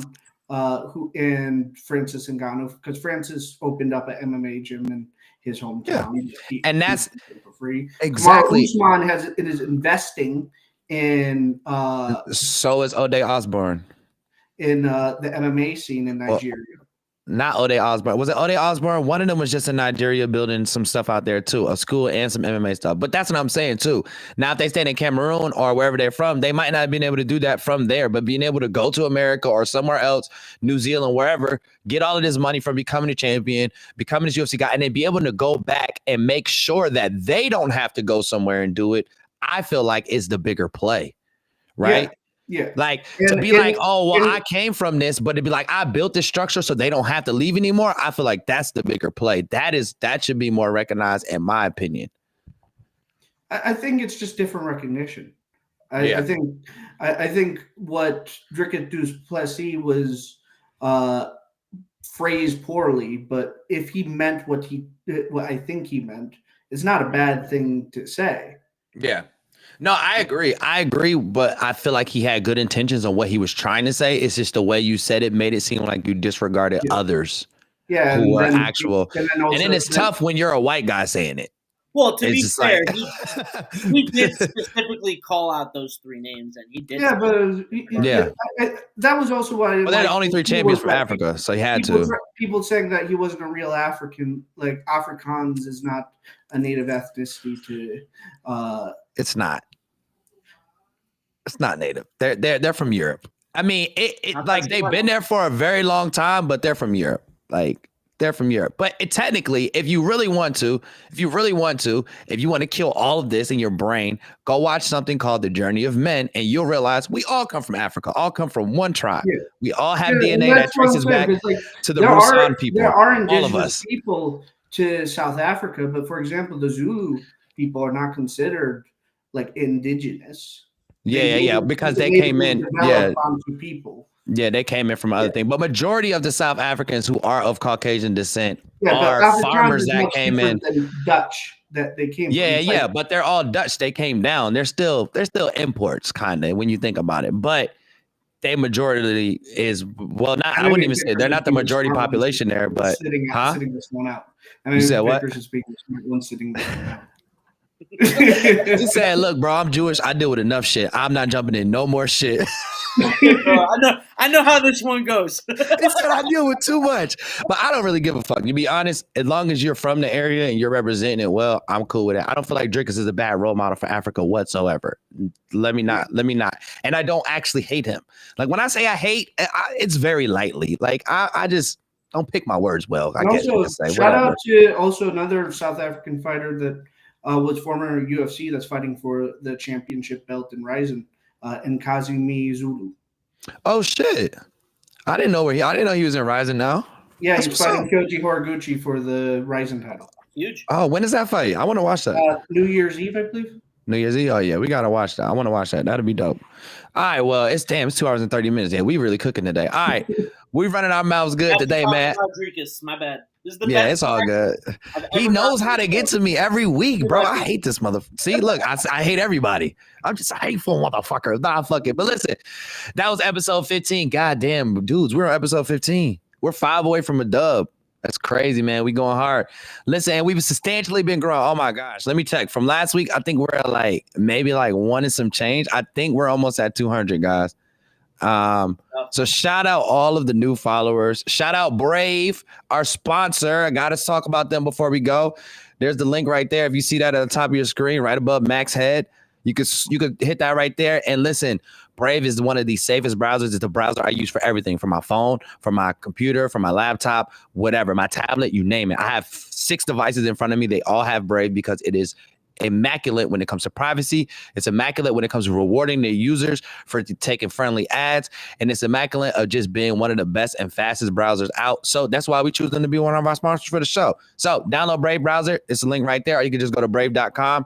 Really simple. The co-founder is a co-founder for Mozilla Firefox. So if you were a fan of Mozilla Firefox back in the day, like old head like me, you'll love this guy because he comes straight from Mozilla Firefox. He's one of the co-founders who decided to make one that was a little more safe. And they reward you in crypto for just taking friendly ads. So super dope. And it's crazy because guess what? I'm going to screen share Brave right now just to show you guys. What we got? Let me do this one. I swear, Restream has to fix this to where it's like I can lock it to like one thing. But here we go right here. Oh, we got 184. So we're 16 subscribers away from 200, guys. Shout out, y'all. We've literally not even been up 2 months yet. So that's amazing. We're averaging about 100 a month. I love it. Thank you guys for all the support. Couldn't ask for any more. Shout out to MMA Pickers too. He's the star of the channel. I want to let y'all know, man. I'm not even the star. I'm just fucking here. Where's it at, bro? All of his pick videos do the best, bro. I promise you, bro. All of his pick videos do the best. So that's how you know that my man really know what he's talking about or what he's doing. Yeah, look, where's it at? Right here. Yeah, 289 on the John Jones, Stipe Miocic. And you had some good picks on that one. So if they did that, definitely, man. But shout out everybody, man. We appreciate the support.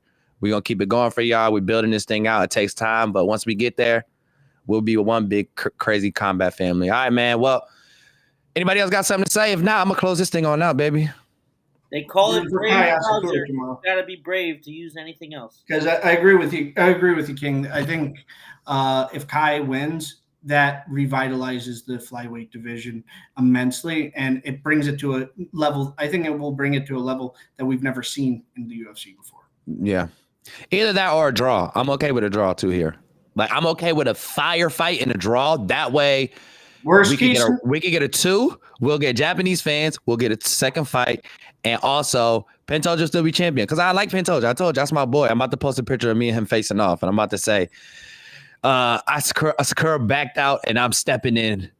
I'm fighting Pantoja. He said that to me. He was like, we about the same height. We could do it. I was like, no, motherfucker. What are the betting odds? The worst case scenario is that his rising instincts takes over. Plus 1 million? The Baljo Sterling. Put a penny on it. Let's go. Put a penny on it. Plus 1 million. You'll be up if I win, but you're gonna be broke. Plus 1 million. Yeah, you're broke. On it.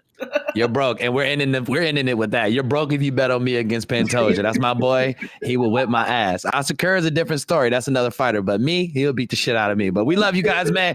We'll catch you next week. This is episode 15 of The Warrior's Voice. It was a long one, but we're done. Love you guys. See you next week. Deuces.